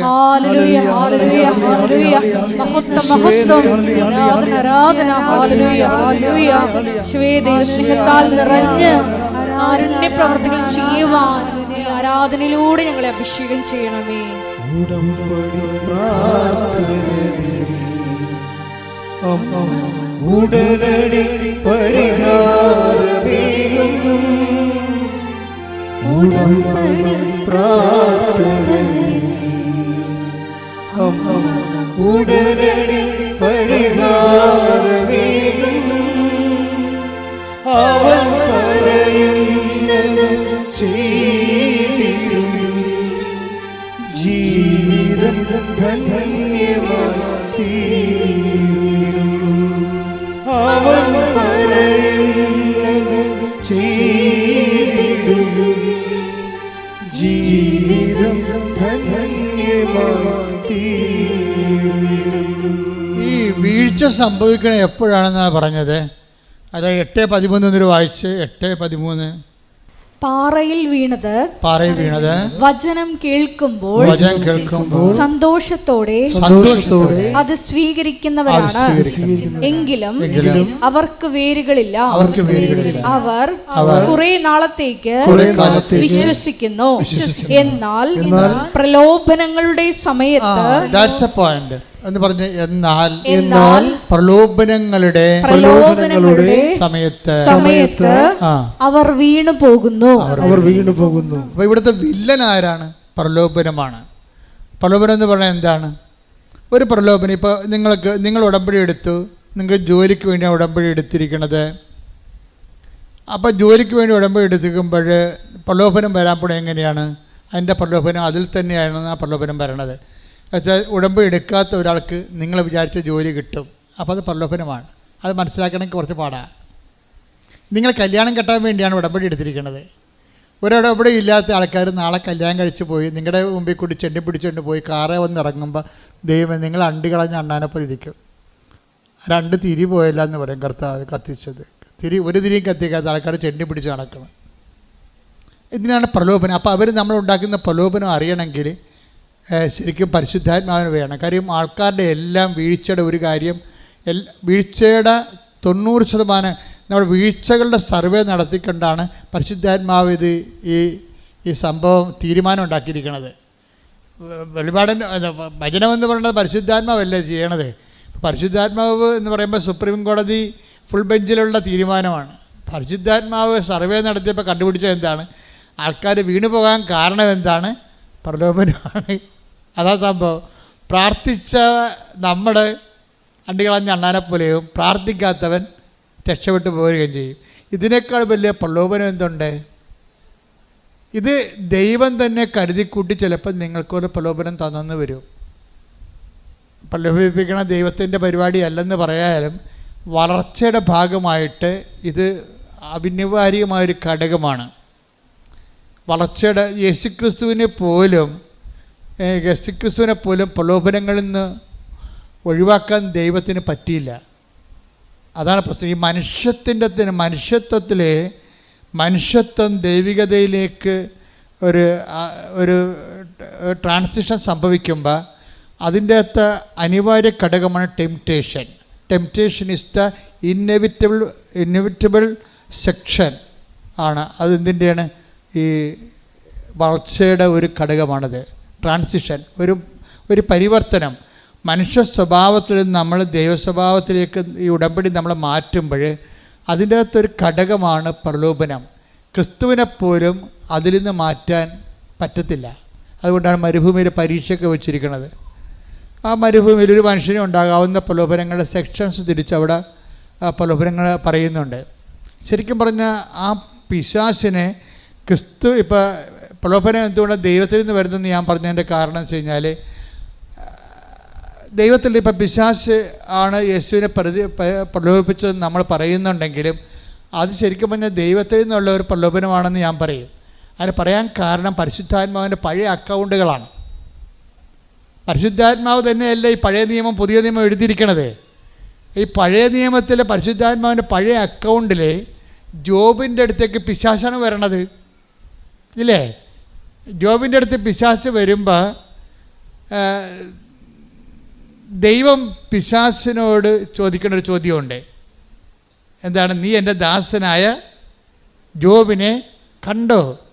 അപ്പോൾ ഉടനെ ദൈവത്തോട് പിശാച് പറയും, ദൈവം എന്താ ഉദ്ദേശിച്ചത് എനിക്ക് മനസ്സിലായി. അവൻ ഇന്ന് വരെ ദൈവത്തെ തള്ളി പറഞ്ഞിട്ടില്ല, അവൻ നീതിമാനാണെന്നല്ലേ. അതിൻ്റെ കാരണം നീ അവന് ചുറ്റും വേലി കെട്ടി വെച്ചിരിക്കണ കൊണ്ടല്ലേ? വേലി കെട്ടി വെച്ചിരിക്കണ കൊണ്ടല്ലേ? അവൻ്റെ സമ്പത്തിന് ചുറ്റും നീ വേലി കെട്ടി. അവൻ്റെ മക്കൾക്കാർക്കും ഒരു കുഴപ്പമില്ല, അവൻ്റെ സമ്പത്തിന് നഷ്ടമൊന്നുമില്ല, അവൻ്റെ ആരോഗ്യത്തിന് കുഴപ്പമൊന്നുമില്ല. നീ ആ വേലി ഒന്ന് പൊളിച്ച് ജോബിൻ്റെ ശരീരത്തിൽ ഞാൻ തൊട്ട് കഴിഞ്ഞാൽ അപ്പം തന്നെ അത് കുട്ടം പിടിക്കും. അപ്പോഴവൻ നിന്നെ തള്ളിപ്പറഞ്ഞ ഞാൻ കാണിക്കാം. അവൻ്റെ മക്കളുടെ ഞാൻ കൈ കൊണ്ട് അവർ പിടത്തല്ലേ ഇടിപെട്ട് കയറ്റി മരിക്കും. അപ്പോൾ അവൻ നിന്നെ തള്ളിപ്പറഞ്ഞ് ഞാൻ കാണിക്കാം. ഇങ്ങനെ പറഞ്ഞപ്പോൾ ദൈവം പറഞ്ഞു, ശരി, ഞാൻ വേലി പൊളിക്കാൻ നിന്നെ അനുവദിച്ചിരിക്കുന്നു. അപ്പോൾ ആരാണ് ജോബിനെ പരീക്ഷിക്കാൻ വേണ്ടി അനുവദിച്ചത്? പിശാചല്ല, ദൈവമല്ലേ? അതാ സംഭവം. അപ്പോൾ ക്രിസ്തുവിൻ്റെ അടുത്തും പിശാച് വരുന്നത് ദൈവത്തിൻ്റെ ഒരു കൺസെൻറ്റോട് കൂടിയാണ്. അല്ലാതെ എൻ്റെ ഒരു സ്വകാര്യമായ ആലോചന ഇപ്പം കിട്ടിയ പറയണമല്ല, ഞാൻ പഠിച്ചു വെച്ച് പറയണമല്ല ഇത്. എന്ന് വെച്ചാൽ നമുക്കൊരു പ്രലോഭനം വരുമ്പോൾ അതിൻ്റെ കാരണം മുഴുവൻ നമ്മളാണെന്ന് പറയരുത്.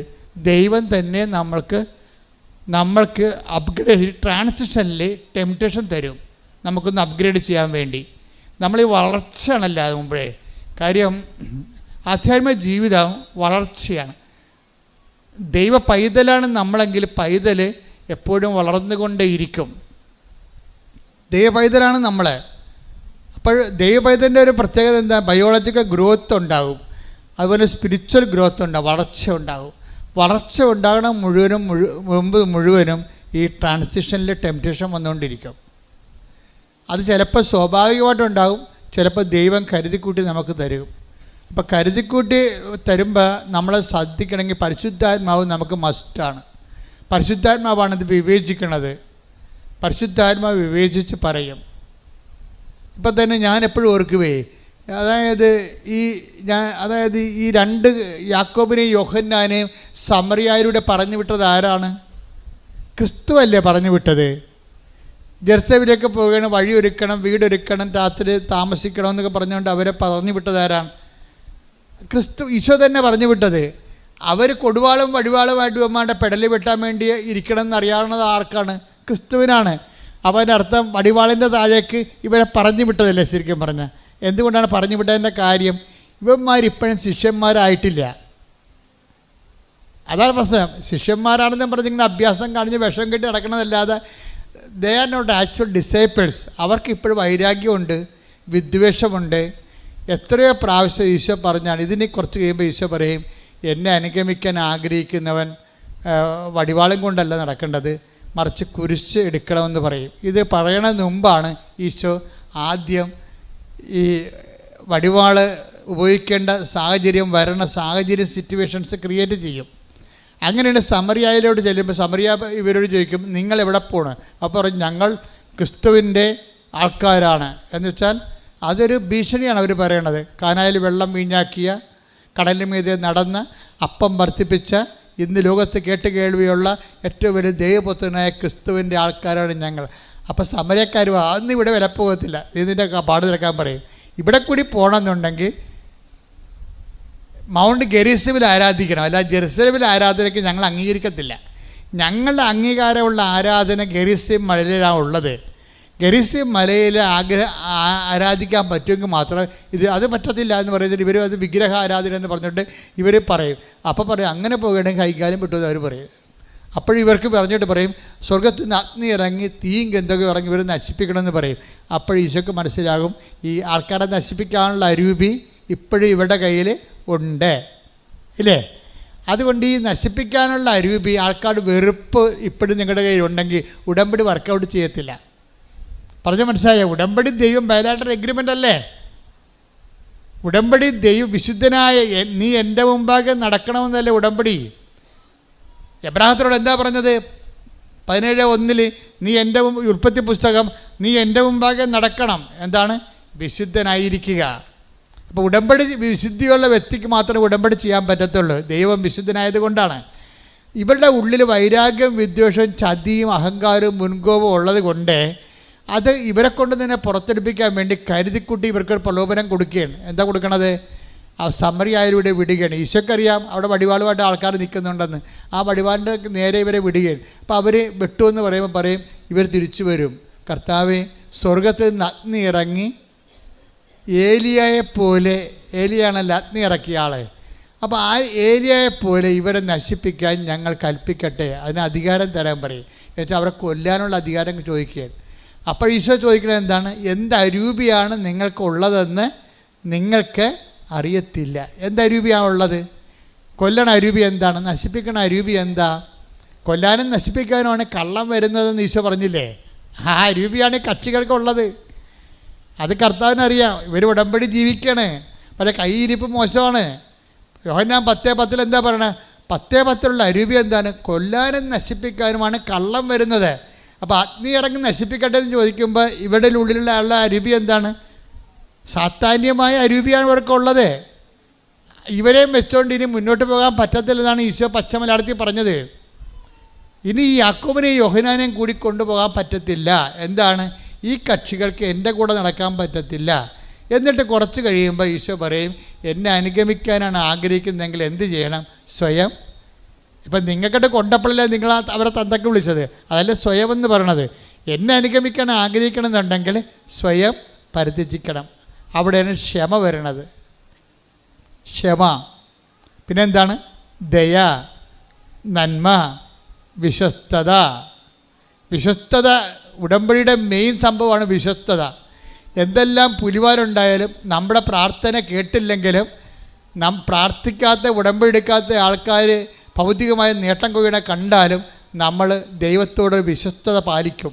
പിടികിട്ടിയ അവിടെ വിശ്വസ്ത വരണത്, വിശ്വസ്ത വരണ എവിടെയാണ്? അതായത് നമ്മൾക്ക് അതായത് മറ്റുള്ള വ്യക്തികളെ ഉടമ്പടി എടുക്കാത്തവർക്ക് നമ്മൾ പറയുന്ന ഭൗതിക ആനുകൂല്യം, അവിടെ സ്ഥലം വിറ്റുമാറുക, അവർക്ക് ജോലി കിട്ടുക, അവർക്ക് പ്രൊമോഷൻ കിട്ടുക, അവർക്ക് വിസ വരിക, ഇങ്ങനെയുള്ള സ്ഥലങ്ങൾ മറ്റുള്ളവർക്ക് സംഭവിക്കുകയും നമ്മൾക്ക് സംഭവിക്കാതിരിക്കുകയും ചെയ്യുമ്പോൾ സ്വാഭാവികമായിട്ടും നമുക്ക് ഒരു നീരസം തോന്നുകയും നമ്മൾ ഉടമ്പടിയിൽ മാന്യം കാണിക്കുകയും വേര് താഴേക്കില്ലാത്തത് കൊണ്ട് ചിലപ്പോൾ ഉടമ്പടി വീണു പോവുകയും വിശ്വസ്തത കുറയുകയും ചെയ്യും. ഈ വിശ്വസ്തത പ്രധാനപ്പെട്ട കാര്യമായതുകൊണ്ടാണ് ഈ വീഴ്ചയും വിശ്വസ്തതയും ഇൻ്റർകണക്റ്റഡാണ്. നമുക്കൊരു നമ്മൾ ഒരു കാര്യത്തിൽ ഉടമ്പടി വീണു പോയാൽ അതിൻ്റെ അർത്ഥം വീഴ്ച വന്നിരിക്കേണ്ട വിശ്വസ്തതയിലാണ്. അതിൽ ഒരു പങ്ക് ദൈവത്തിൽ നിന്നാണ് നിങ്ങൾ വിശ്വസ്തത കുറഞ്ഞിരിക്കുന്നത്. ഉടമ്പടിയിൽ ഉപ്പെന്നും സംഭവമില്ലേ? അതെന്താണ്? സോൾട്ട് ഓഫ് ദി കവനൻ്റ് എന്നാണ് വിളിക്കുന്നത്. ടേക്ക് ദ ബെഡഫോർഡ് 18:19 സംഖ്യ 18:19 ഇസ്രായേൽ ജനം കർത്താവിന് നിരാജനമായി എന്നൊക്കെ പറഞ്ഞ ഉപ്പ് തളിച്ചതെന്നതിൻ്റെ അർത്ഥം ഇംഗ്ലീഷ് ബൈബിളിൽ കവനൻ്റ് ഓഫ് സാൾട്ട് എന്ന ഉപ്പിൻ്റെ ഉടമ്പടി എന്ന് എഴുതിയിരിക്കണത്. ഇവർ തർജ്ജമ ചെയ്ത് വന്നപ്പോൾ ഭയങ്കര കഷ്ടമായിപ്പോയി. തർജ്ജമക്കാർ നമ്മളെ കുറേ പണി തന്നിട്ടുണ്ട് നമുക്ക്. കാര്യം ഇംഗ്ലീഷ് ബൈബിൾ നോക്കിയാൽ മനസ്സിലാകും. എന്ന് വെച്ച് കഴിഞ്ഞാൽ സോൾട്ട് ഓഫ് ദി കവനൻ്റ്, ഉപ്പിൻ്റെ ഉടമ്പടി എന്നാണ് കിടക്കണത്. വെച്ചാൽ ഉപ്പിട്ട ഉടമ്പടി. കാര്യം ഉടമ്പടി വസ്തുവിൽ ഉപ്പ് തളിക്കണത് സംഖ്യാപുസ്തകം മുതൽ തന്നെ ഉള്ള ഒരു പാരമ്പര്യമാണ്. കാര്യം അന്ന് ഉടമ്പടി ദൈവനാമത്തിൽ ഉടമ്പടി ചെയ്യുന്നവർ അങ്ങോട്ടും ഇങ്ങോട്ടും ഉപ്പ് കൈമാറും. അതിൻ്റെ ചരിത്രം അതാണ്. ഉപ്പ് അങ്ങോട്ട് കൈമാറിയിട്ട് ഉപ്പ് അങ്ങോട്ടും ഇങ്ങോട്ടും തിന്നും. എന്ന് വെച്ചാൽ അതിൻ്റെ അർത്ഥം എന്താണ്? വിശ്വസ്തത. കവനൻ്റാണ് ഉപ്പിൻ്റെ ഉടമ്പടി എന്ന് പറഞ്ഞു കഴിഞ്ഞാൽ ഉടമ്പടി ഉപ്പിൻ്റെ അടിസ്ഥാനത്തിലുള്ള ഉടമ്പടിയാണ്. എന്ന് വെച്ചാൽ ഉപ്പ് ആൾക്കാർ അങ്ങോട്ടും ഇങ്ങോട്ടും ഒരു നുള്ളെടുത്ത് വായിലിടും, എന്നിട്ട് അത് ഇറക്കും. അതാണ് വിശ്വസ്തതയുടെ ഭാഗമായിട്ടാണ് ഉപ്പ് അടയാളപ്പെടുത്തിയിരിക്കുന്നത്. നിങ്ങൾക്ക് ഉപ്പ് തന്നിരിക്കുന്നത് എന്തിൻ്റെ പേരിലാണ്? വിശ്വസ്തതയുടെ പേരിലാണ്. അത് കവനൻ്റ് ഓഫ് സാൾട്ടാണ് തന്നിരിക്കണത്. അല്ലാതെ ചില കൂടുതലൊക്കെ ചെയ്യുന്ന ആൾക്കാർ ഉപ്പ് കൊടുക്കുന്നുണ്ട്. അതല്ല സംഭവം. ഉടമ്പടിയിൽ ഉപ്പ് വന്നു കഴിഞ്ഞാൽ that is covenant of salt. അത് കറക്റ്റായിട്ട് ഈ സംഖ്യ 18:19 അനുസരിച്ചാണ് ഉപ്പ് തന്നിരിക്കുന്നത്.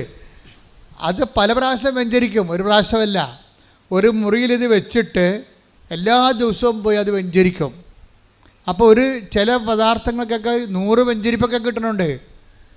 ചിലതിന് തീർന്നു പോയ വസ്തുക്കൾ ചിലപ്പോൾ 2 വെഞ്ചരിപ്പേ കിട്ടുന്നുള്ളതായിരിക്കും. പക്ഷേ ഒത്തിരി വെഞ്ചരിപ്പ് കിട്ടിയിട്ടാണ് നിങ്ങളുടെ കയ്യിലേക്ക് ആ നേർച്ച വസ്തുക്കളെല്ലാം വരണത്. ഒരു 50 വെഞ്ചരിപ്പോ അല്ലെങ്കിൽ 100 വെഞ്ചരിപ്പോ ഒക്കെ കിട്ടിയിട്ടാണ് നിങ്ങളുടെ കയ്യിൽ. കാര്യം എല്ലാ ദിവസവും ഞാൻ വെഞ്ചരിക്കും അവിടെ പോയി. കാര്യം വെച്ചാൽ ആ നേർച്ച വസ്തുക്കളെ തന്നെയും പിന്നെയും വെഞ്ചരിച്ചുകൊണ്ടിരിക്കും. അതിനെ എംപവർ ചെയ്ത് എന്താ വെഞ്ചരിക്കണതിൻ്റെ കാര്യം? അതൊരു അനുഷ്ഠാന പ്രക്രിയ അല്ല. ശരിക്കും പറഞ്ഞാൽ വെഞ്ചരിപ്പെന്ന് പറയുന്നത് ഒരു അനുഷ്ഠാന കർമ്മത്തിൻ്റെ രീതിയിലുള്ള ഒരു വെഞ്ചരിപ്പല്ലത്. മറിച്ച് പവർ ഇൻഫ്യൂസ് ചെയ്യുന്നതിന് വേണ്ടിയുള്ള ബൈബിൾ ഫോർമുലയാണത്. എന്താണ് അത് പറയുന്ന? എനിക്ക് എന്താണ്? യേശു കർത്താവാണെന്ന് ഞാൻ അധരം കൊണ്ട് ഏറ്റുപറയും. പിന്നെ എന്താണ്? ദൈവം അവനെ മരിച്ചോന്ന് ഉയർപ്പിച്ചെന്ന് ഹൃദയത്തിൽ വിശ്വസിക്കും. അപ്പോൾ റോമ 10:9 അനുസരിച്ചുകൊണ്ടാണ് വെഞ്ചരിപ്പ് ഉണ്ടാകുന്നത്. അല്ല പള്ളികളിൽ പായസം വെഞ്ചരിക്കണ പോലെയും അടിമ വെക്കണ പോലെയും അല്ലത്. അതിനൊരു സിമ്പിൾ ഫോർമുലയാണ് അവർ ഉപയോഗിക്കുന്നത്. പക്ഷെ നമ്മൾ രക്ഷാകര ഫോർമുലയാണ് ഉപയോഗിക്കുന്നത്. രക്ഷയുടെ ഫോർമുല ഇല്ലേ? രക്ഷയുടെ ഫോർമുല എന്താണ്? കൃപയുടെ ഫോർമുലയാണ്. നോട്ട് ബ്ലെസ്സിങ്ങിൻ്റെ ഫോർമുല അല്ല ഉപയോഗിക്കുന്നത്, കൃപയുടെ ഫോർമുലയാണ്. അതെന്താണ്? യേശു കർത്താവാണെന്ന് അധരം കൊണ്ട് ഏറ്റുപറയും. പിന്നെ എന്താണ്? ദൈവം അവനെ മരിച്ചു ഉയർപ്പിച്ചെന്ന് ഹൃദയത്തിൽ വിശ്വസിക്കും. ഈ 2 ഫാക്കൽറ്റിയുടെ കണ്ണുക്കറാൻസ് വെച്ചിട്ടാണ് ഇതിലേക്ക് വെഞ്ചരിക്കും. എന്ത് വരും? യേശു കർത്താവാണെന്ന് അധരം കൊണ്ട് ഏറ്റുപറഞ്ഞാൽ ദൈവം അവനെ മരിച്ചു ഉയർപ്പിച്ചെന്ന് ഹൃദയത്തിൽ വിശ്വസിച്ച് കഴിഞ്ഞാൽ നമ്മൾ രക്ഷ പ്രാപിക്കും. രക്ഷ എന്താണ്? ലൂക്കാ 2:30 ക്രിസ്തു തന്നെയാണ്. അപ്പോൾ ക്രിസ്തുവിനെ ഈ മീഡിയം വെച്ച് നിങ്ങൾ പ്രാപിക്കണം. അതിനാണ് നിങ്ങളെക്കൊണ്ട് ഡീകോഡ് ചെയ്യിക്കണത്. നിങ്ങളെക്കൊണ്ട് ഡീകോഡ് ചെയ്യിക്കും. ഞങ്ങൾ ഈ കോഡ് ചെയ്തിരിക്കുന്ന സംഭവത്തെ പവർ കോഡ് ചെയ്തിരിക്കുന്ന സംഭവത്തെ നിങ്ങളെ കൊണ്ട് ഞങ്ങൾ എന്ത് ചെയ്യും, ഡീകോഡ് ചെയ്യിച്ചിട്ട് നിങ്ങളുടെ ജീവിതത്തിലേക്ക് അത് ആ പവർ അനുഭവവേദ്യമാക്കാൻ നിങ്ങളോട് എന്ത് പറയും? യേശു കർത്താവാണെന്ന് അതരം കൊണ്ട് ഏറ്റു പറയുന്നതിന് പകരം ഞങ്ങൾ നിങ്ങളോട് പറയണത് വിശ്വാസപ്രമാണം ചെയ്യാനാണ് പറയണത്. പിടിയിട്ടില്ലേ? അപ്പോൾ ബുദ്ധിയും ബോധവും ഉള്ളവൻ വിശ്വാസപ്രമാണം മുട്ടെന്ന് കൈ വിരിച്ചു പിടിച്ച് ചെല്ലും. എന്താ കാര്യം? വിശ്വാസ പ്രഖ്യാപനം കൈ വിരിച്ചു പിടിച്ചാണ് ചെയ്യേണ്ടത്. കാര്യം ക്രിസ്തു രക്ഷ പ്രഖ്യാപിച്ചത് കൈ വിരിച്ചു പിടിച്ച് കുരിശിൽ. അപ്പോൾ ക്രിസ്തുവിൻ്റെ രക്ഷാകര നടപടിക്രമങ്ങളോട് നമ്മൾ മാനസികമായിട്ട് യോജിച്ചുകൊണ്ടാണ് മുട്ടെന്ന് കൈ വിരിച്ചു പിടിച്ചിരിക്കണം. അല്ലാതെ കരിസ്മാറ്റിക് ചെയ്യണ പോലെ കൈ ഉയർത്തി പിടിക്കുകയല്ല. അത് തിരുവുദ്ധാനത്തിൻ്റെതാണ്. പരിഹാരം ചെയ്തത് കൈ വിരിച്ചു പിടിച്ചാണ്. രണ്ടിനും ഭയങ്കര വ്യത്യാസമാണ്. അപ്പം അതുകൊണ്ട് തന്നെ ചെയ്യണ കാര്യങ്ങൾ അതിൻ്റെ കൾട്ടനുസരിച്ച് തന്നെ ചെയ്യണം. അതിനൊരു പ്രത്യേകമായിട്ടുള്ള കൾട്ടുണ്ട്. പക്ഷേ ഇതിൻ്റെ എല്ലാം വേണ്ടത് വിശ്വാസവും ദൈവസ്നേഹവുമാണ് വേണ്ടത്.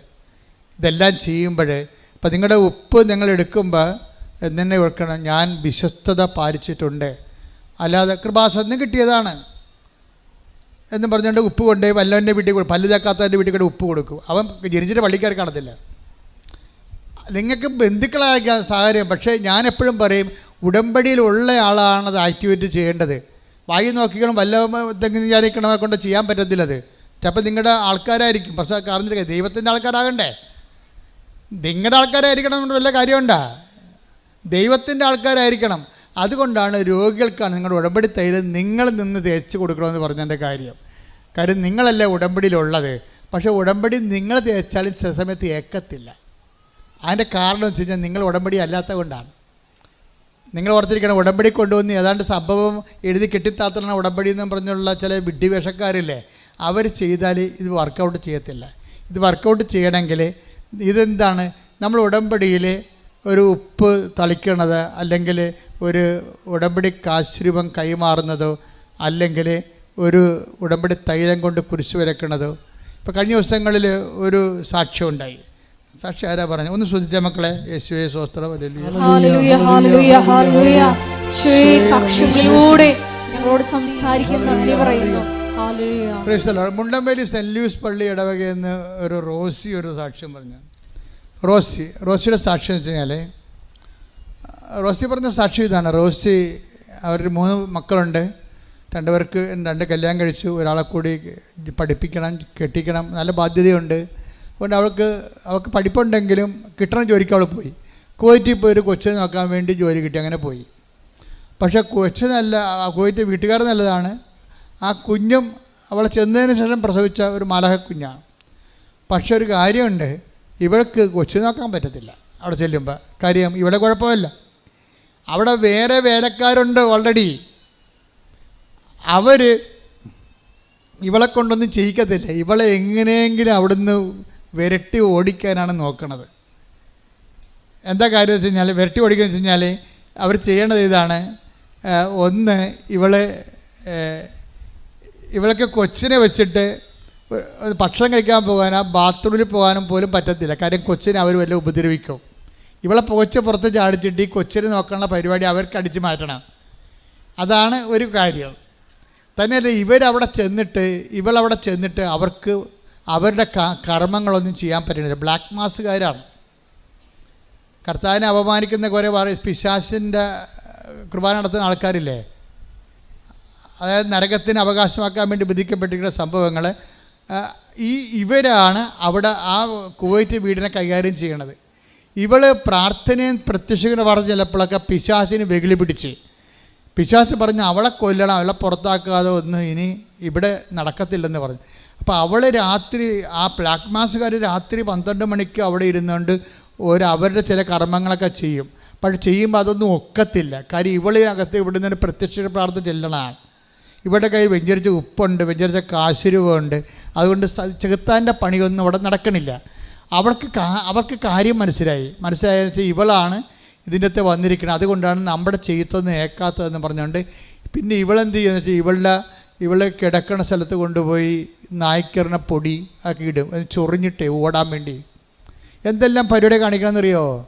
അതുപോലെ തന്നെ ബാത്റൂമിൽ കൊണ്ട് കുപ്പിച്ചില് വെതറും പൊടിച്ച്. അവൾ കറി ഇവക്ക് ഷുഗറുള്ള കാരണം കൈ പൊട്ടിയാൽ പിന്നെ കാല് പൊട്ടിയാൽ പഴുക്കുക, പിന്നെ പൊറുക്കത്തില്ലല്ലേ. അതൊക്കെ മനസ്സിലാക്കിയിട്ട് അവർ കുപ്പിച്ചില്ല് ബാത്റൂമിൽ വിതറും. ഇവൾ കൊച്ചിനെ കൊച്ചിനെ ഇവിടെ വെച്ചിട്ട് അവൾക്ക് ഭക്ഷണം കഴിക്കാൻ പോലും പറ്റത്തില്ല. കാര്യം കൊച്ചിനെ ഇവർ വന്ന് ഉപദ്രവിക്കുമ്പോൾ കൊച്ചു മരിക്കുക വല്ലതും ചെയ്ത് കഴിഞ്ഞാൽ പിന്നെ അവിടുത്തെ നിയമം അനുസരിച്ച് കൊച്ചിനെ ആര് നോക്കുന്നു അവർ കൊലപാതകളായിട്ട് നേരെ ജയിലിൽ പോകും. പിന്നെ വെളിച്ചം കാണത്തില്ല. അപ്പോൾ മനസ്സിലായി അവൾ പെട്ടിരിക്കണമെന്നൊക്കെ മനസ്സിലായി. അപ്പം നിങ്ങൾ ചാടിക്കയറിയൊക്കെ ഓരോ സ്ഥലത്ത് പോകുമ്പോഴേ സംശയം ഉണ്ടെങ്കിൽ അച്ഛനോട് ചോദിക്കണം. ഇത് ഞങ്ങളുടെ നിവർത്തിക്കേട് കൊണ്ടാണ് ഇപ്പോൾ ഈ രാജ്യത്ത് പോകാൻ പോണത്, ഇത് വർക്കൗട്ട് ചെയ്യുക, കർത്താവ് എന്ത് പറയണ, അത് നമുക്കറിയാൻ ബാധ്യസ്ഥരാണ് നമ്മളെ. ഇതൊക്കെ അറിയാൻ പറ്റുന്നില്ലെങ്കിൽ പിന്നെ എങ്ങനെയാണ് നമ്മൾ thy will be done, thy kingdom come എന്ന് പറഞ്ഞ് പ്രാർത്ഥിക്കണത്? എന്നുവെച്ചാൽ വിധി പോലെ നടക്കണമെന്ന് എൻ്റെ അർത്ഥം അല്ല. നമ്മളെ വിധിയിൽ വിശ്വസിക്കുന്നവരില്ല. നിൻ്റെ രാജ്യം വരണം, നിൻ്റെ തിരുമനസ് നിറവേറണം എന്ന് വെച്ച് കഴിഞ്ഞാൽ ഈ വിഷയം നിൻ്റെ തിരുമനസ്സാണോ അല്ലയോ, ദൈവ തിരുമനസ്സാണോ അല്ലയോ, അല്ല നിൻ്റെ സമ്മർദ്ദം കൊണ്ട് നീ ചാടിപ്പീണ് കടലിൽ കടക്കാൻ പോണ പോലെ വരരുത്. അപ്പം നിങ്ങൾക്കൊരു വിഷയത്തിൽ സംശയമാണ് ദൈവം തോന്നിക്കുന്നത്. ആദ്യം സംശയമില്ലെങ്കിൽ ഓക്കെയാണ്. സംശയം ഉണ്ടെങ്കിൽ എൻ്റെ മക്കൾ ചോദിക്കണം. സംശയം തോന്നണച്ചാ ഇതിനകത്ത് എന്താ ചെയ്യേണ്ടതെന്ന് ചോദിക്കണം. അപ്പം അതൊക്കെ മുമ്പ് നിങ്ങളുടെ ഉടമ്പടി ഒന്ന് വെടിപ്പായിരിക്കണം. നിങ്ങൾ ഉടമ്പടി ഇല്ല, ഇപ്പം സംശയം വന്നപ്പോൾ നിങ്ങൾ രോഗികളെയും കണ്ടിട്ടില്ല, വീട്ടിലെല്ലാവരുമായിട്ട് കലഹവുമാണ്, പ്രാർത്ഥനയും ചില സമയത്ത് തോന്നുമ്പോൾ എഴുന്നേക്കണം, 5:30 എഴുന്നേക്കേണ്ട ആൾ 7 മണിക്ക് എഴുന്നേറ്റിട്ട് ഇപ്പോൾ പ്രശ്നം ഉണ്ടാക്കുമ്പോൾ അച്ഛാ സംശയം ഉണ്ടെന്ന് പറഞ്ഞാൽ എനിക്ക് ആളെ കാണുമ്പോൾ അറിയാൻ പറ്റും. അവിടുന്ന് ചീട്ട് കിട്ടിയാലും ഞാൻ ചീട്ട് കീറി ഇവിടെ വെച്ച് എന്താ കാര്യം, ഇവരോട് സംസാരിക്കാൻ പറ്റുന്നത്, ഇവർ ഉടമ്പടിയിലല്ല, ഇവർ ഉടമ്പടിയായിട്ട് നടക്കുകയാണ്. ഉടമ്പടിയുടെ പേപ്പറൊക്കെ കയ്യിരിപ്പുണ്ട്, പക്ഷേ he's not in a covenant. കാര്യം എന്താണ്, കവനൻ്റെ ഉത്തരവാദിത്തങ്ങൾ ദൈവസ്നേഹത്തോടെ അവർ പാലിച്ചിട്ടില്ല. അതാണ് എൻ്റെ വിഷയം പറയണത്. കവൻ്റെ ഉത്തരവാദിത്തങ്ങൾ പാലിച്ചാലാണ് ഇതെല്ലാം വർക്കൗട്ട് ചെയ്യത്തുള്ളൂ. എന്താ കാര്യം വെച്ച് കഴിഞ്ഞാൽ വിശ്വാസ ആവിഷ്കാരങ്ങൾ നമ്മൾ ശ്രദ്ധിക്കണം. വിശ്വാസ ആവിഷ്കാരങ്ങൾക്ക് ആകപ്പാട് ജനത്തിന് അറിയാവുന്ന പ്രാർത്ഥനയാണ്. ആകപ്പാട് ജനങ്ങളെല്ലാം കുർബാന പോലും ആൾക്കാർ ചോദിക്കും, കുർബാന അച്ഛമ്മോട് ചോദിക്കുമ്പോൾ ബ്രദർ കുർബാന ചൊല്ലിയതാണോ? അല്ല അച്ഛനായിട്ടില്ലെന്ന് പറയും. അപ്പോൾ എൻ്റെ അപ്പനൊരു കുർബാന ചൊല്ലിക്കണം. അപ്പോൾ കുർബാന വരെ എന്താണ് ചൊല്ലണ സംഭവമാക്കി മാറ്റി. ആര് മാറ്റിയതാണ്? ഞങ്ങൾ മാറ്റിയതല്ല, നിങ്ങൾ മാറ്റിയതാണ്. കുർബാന ചൊല്ലണ സംഭവമല്ല, അത് ഉടമ്പടിയാണ്, അത് ചെയ്യണ സംഭവമാണ്. Do this memory of me, ഇതെൻ്റെ ഓർമ്മയ്ക്കായി ചൊല്ലാനാണോ പറഞ്ഞത്? അല്ലല്ല, ചെയ്യാനല്ല പറഞ്ഞത്. പിന്നെ എങ്ങനെയൊക്കെ നമുക്ക് കുർബാന ചൊല്ലിച്ചോ എന്ന് ചോദിക്കണേ എന്തിനാ? അതിൻ്റെ പ്രശ്നം വെച്ച് കഴിഞ്ഞാൽ ഉടമ്പടിയെല്ലാം ചെയ്യുകയാണ്. അപ്പം അതുകൊണ്ട് തന്നെ കുർബാന നമ്മൾ ചെയ്യാൻ വേണ്ടി വരികയാണ് പള്ളിയിൽ. എന്താണ്? അവൻ്റെ ഓർമ്മയ്ക്കായി ചെയ്യുകയാണ്. അവൻ നമുക്ക് വേണ്ടി അവൻ്റെ ശരീരം പാപത്തിന് പരിഹാരമായിട്ട് ഭാഗിച്ച് വീതിച്ച് വിളമ്പി തന്നു. അത് നമ്മൾ അവൻ്റെ ഓർമ്മ ആഘോഷിക്കുമ്പോൾ അവൻ നമ്മളോട് കാണിച്ച കാരുണ്യത്തിന് നന്ദി പറഞ്ഞുകൊണ്ട് അവൻ്റെ സ്നേഹത്തിൻ്റെ ആഘോഷമായിട്ട് നമ്മളെ മുറിച്ച ആൾക്കാർക്ക് കൊടുക്കും. നമ്മുടെ സമയം, നമ്മുടെ സമ്പത്ത്, അതാണ് നിങ്ങൾ ഉടമ്പടിയോട് ചെയ്യണ കുർബാന. ഉടമ്പടിക്ക് ശേഷം നിങ്ങളെ ആൾക്കാർ സുവിശേഷം അറിയാത്തവർ അറിയിക്കുന്നു, അറിഞ്ഞവർ ആഴപ്പെടുത്തുന്നു. ഉടമ്പടിക്ക് ശേഷം നിങ്ങൾ ദാനധർമ്മം ചെയ്യുന്നു. നിങ്ങൾ അനുഭവിക്കേണ്ട, നിങ്ങളുടെ മക്കളും അനുഭവിക്കേണ്ട സമ്പത്ത് നിങ്ങൾ മറ്റുള്ളവർക്ക് കൂടി പങ്കുവെച്ച് കൊടുക്കുമ്പോൾ മുറിച്ച് കൊടുക്കുകയാണ്. കുർബാന തുടരുകയാണ്.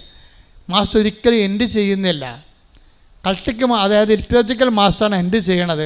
ബയോളജിക്കൽ മാസ് തുടർന്നു കൊണ്ടേയിരിക്കും. ഫെയ്ത്ത് മാസ് ഫെയ്ത്ത്ഫുള്ള് തുടർന്നു കൊണ്ടേയിരിക്കും. അത് ഓർമ്മ തൊട്ട് ഓർമ്മ വരെയാണ് ആ കുർബാന. നമ്മൾ രാവിലെ എഴുന്നേൽക്കുമ്പോൾ നമുക്കൊരു ഓർമ്മയുണ്ട്, നമ്മൾ കിടന്നുറങ്ങുമ്പോൾ ആ ഓർമ്മ അസ്തമിക്കുമ്പോൾ ഓർമ്മ തൊട്ട് ഓർമ്മ വരെയാണ് കുർബാന നിൽക്കുന്നത്. അവൻ്റെ ഓർമ്മയ്ക്കായി നമ്മൾ ചെയ്യണത്. കൈയടിച്ച് ശ്രദ്ധിക്കട്ടെ. ഹല്ലേലൂയ, പ്രവർത്തികളിലൂടെയും പ്രവർത്തികളിലൂടെയും എല്ലാം ഈശോയുടെ നാമമഹത്വത്തിനായി ഇറങ്ങി പ്രവർത്തിക്കുവാൻ ഈ ആരാധനയിലൂടെ ഞങ്ങൾ അഭിഷേകം ചെയ്യണമേ.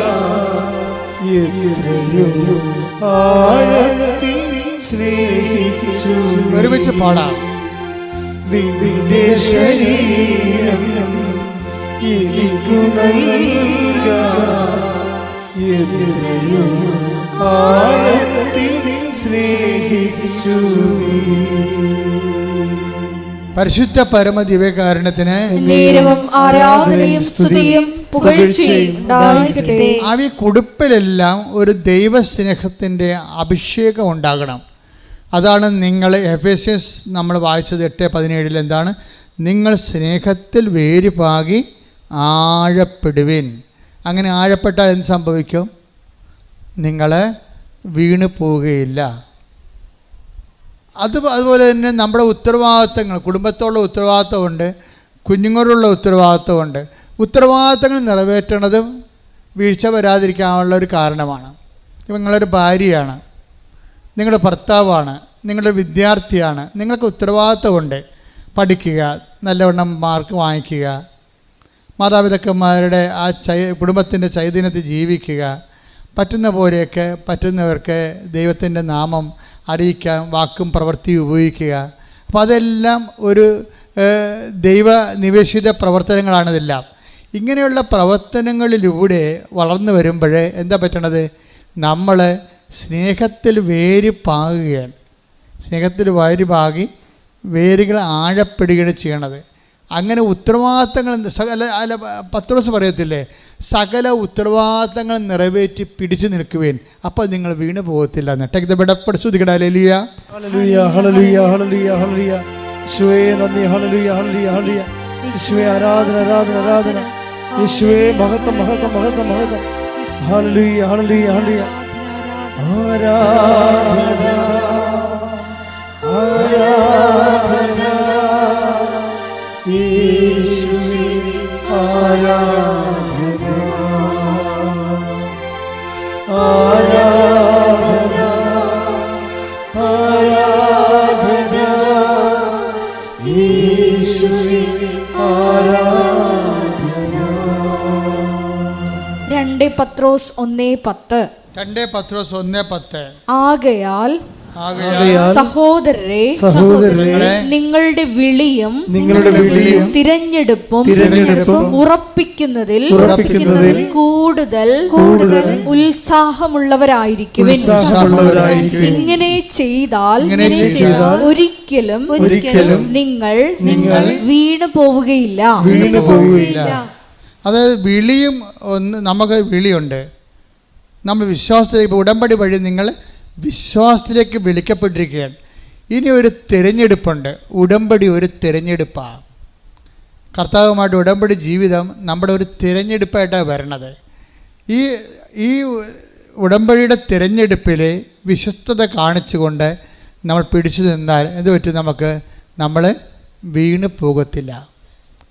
പ്രാർത്ഥിക്കുക. കർത്താവായ ദൈവമേ, ഉടമ്പടിയെ ഒരു ദൈവവിളിയായി മനസ്സിലാക്കി ഒരു തിരഞ്ഞെടുപ്പായി മനസ്സിലാക്കി അനുഷ്ഠിച്ചുകൊണ്ട് അതനുസരിച്ച്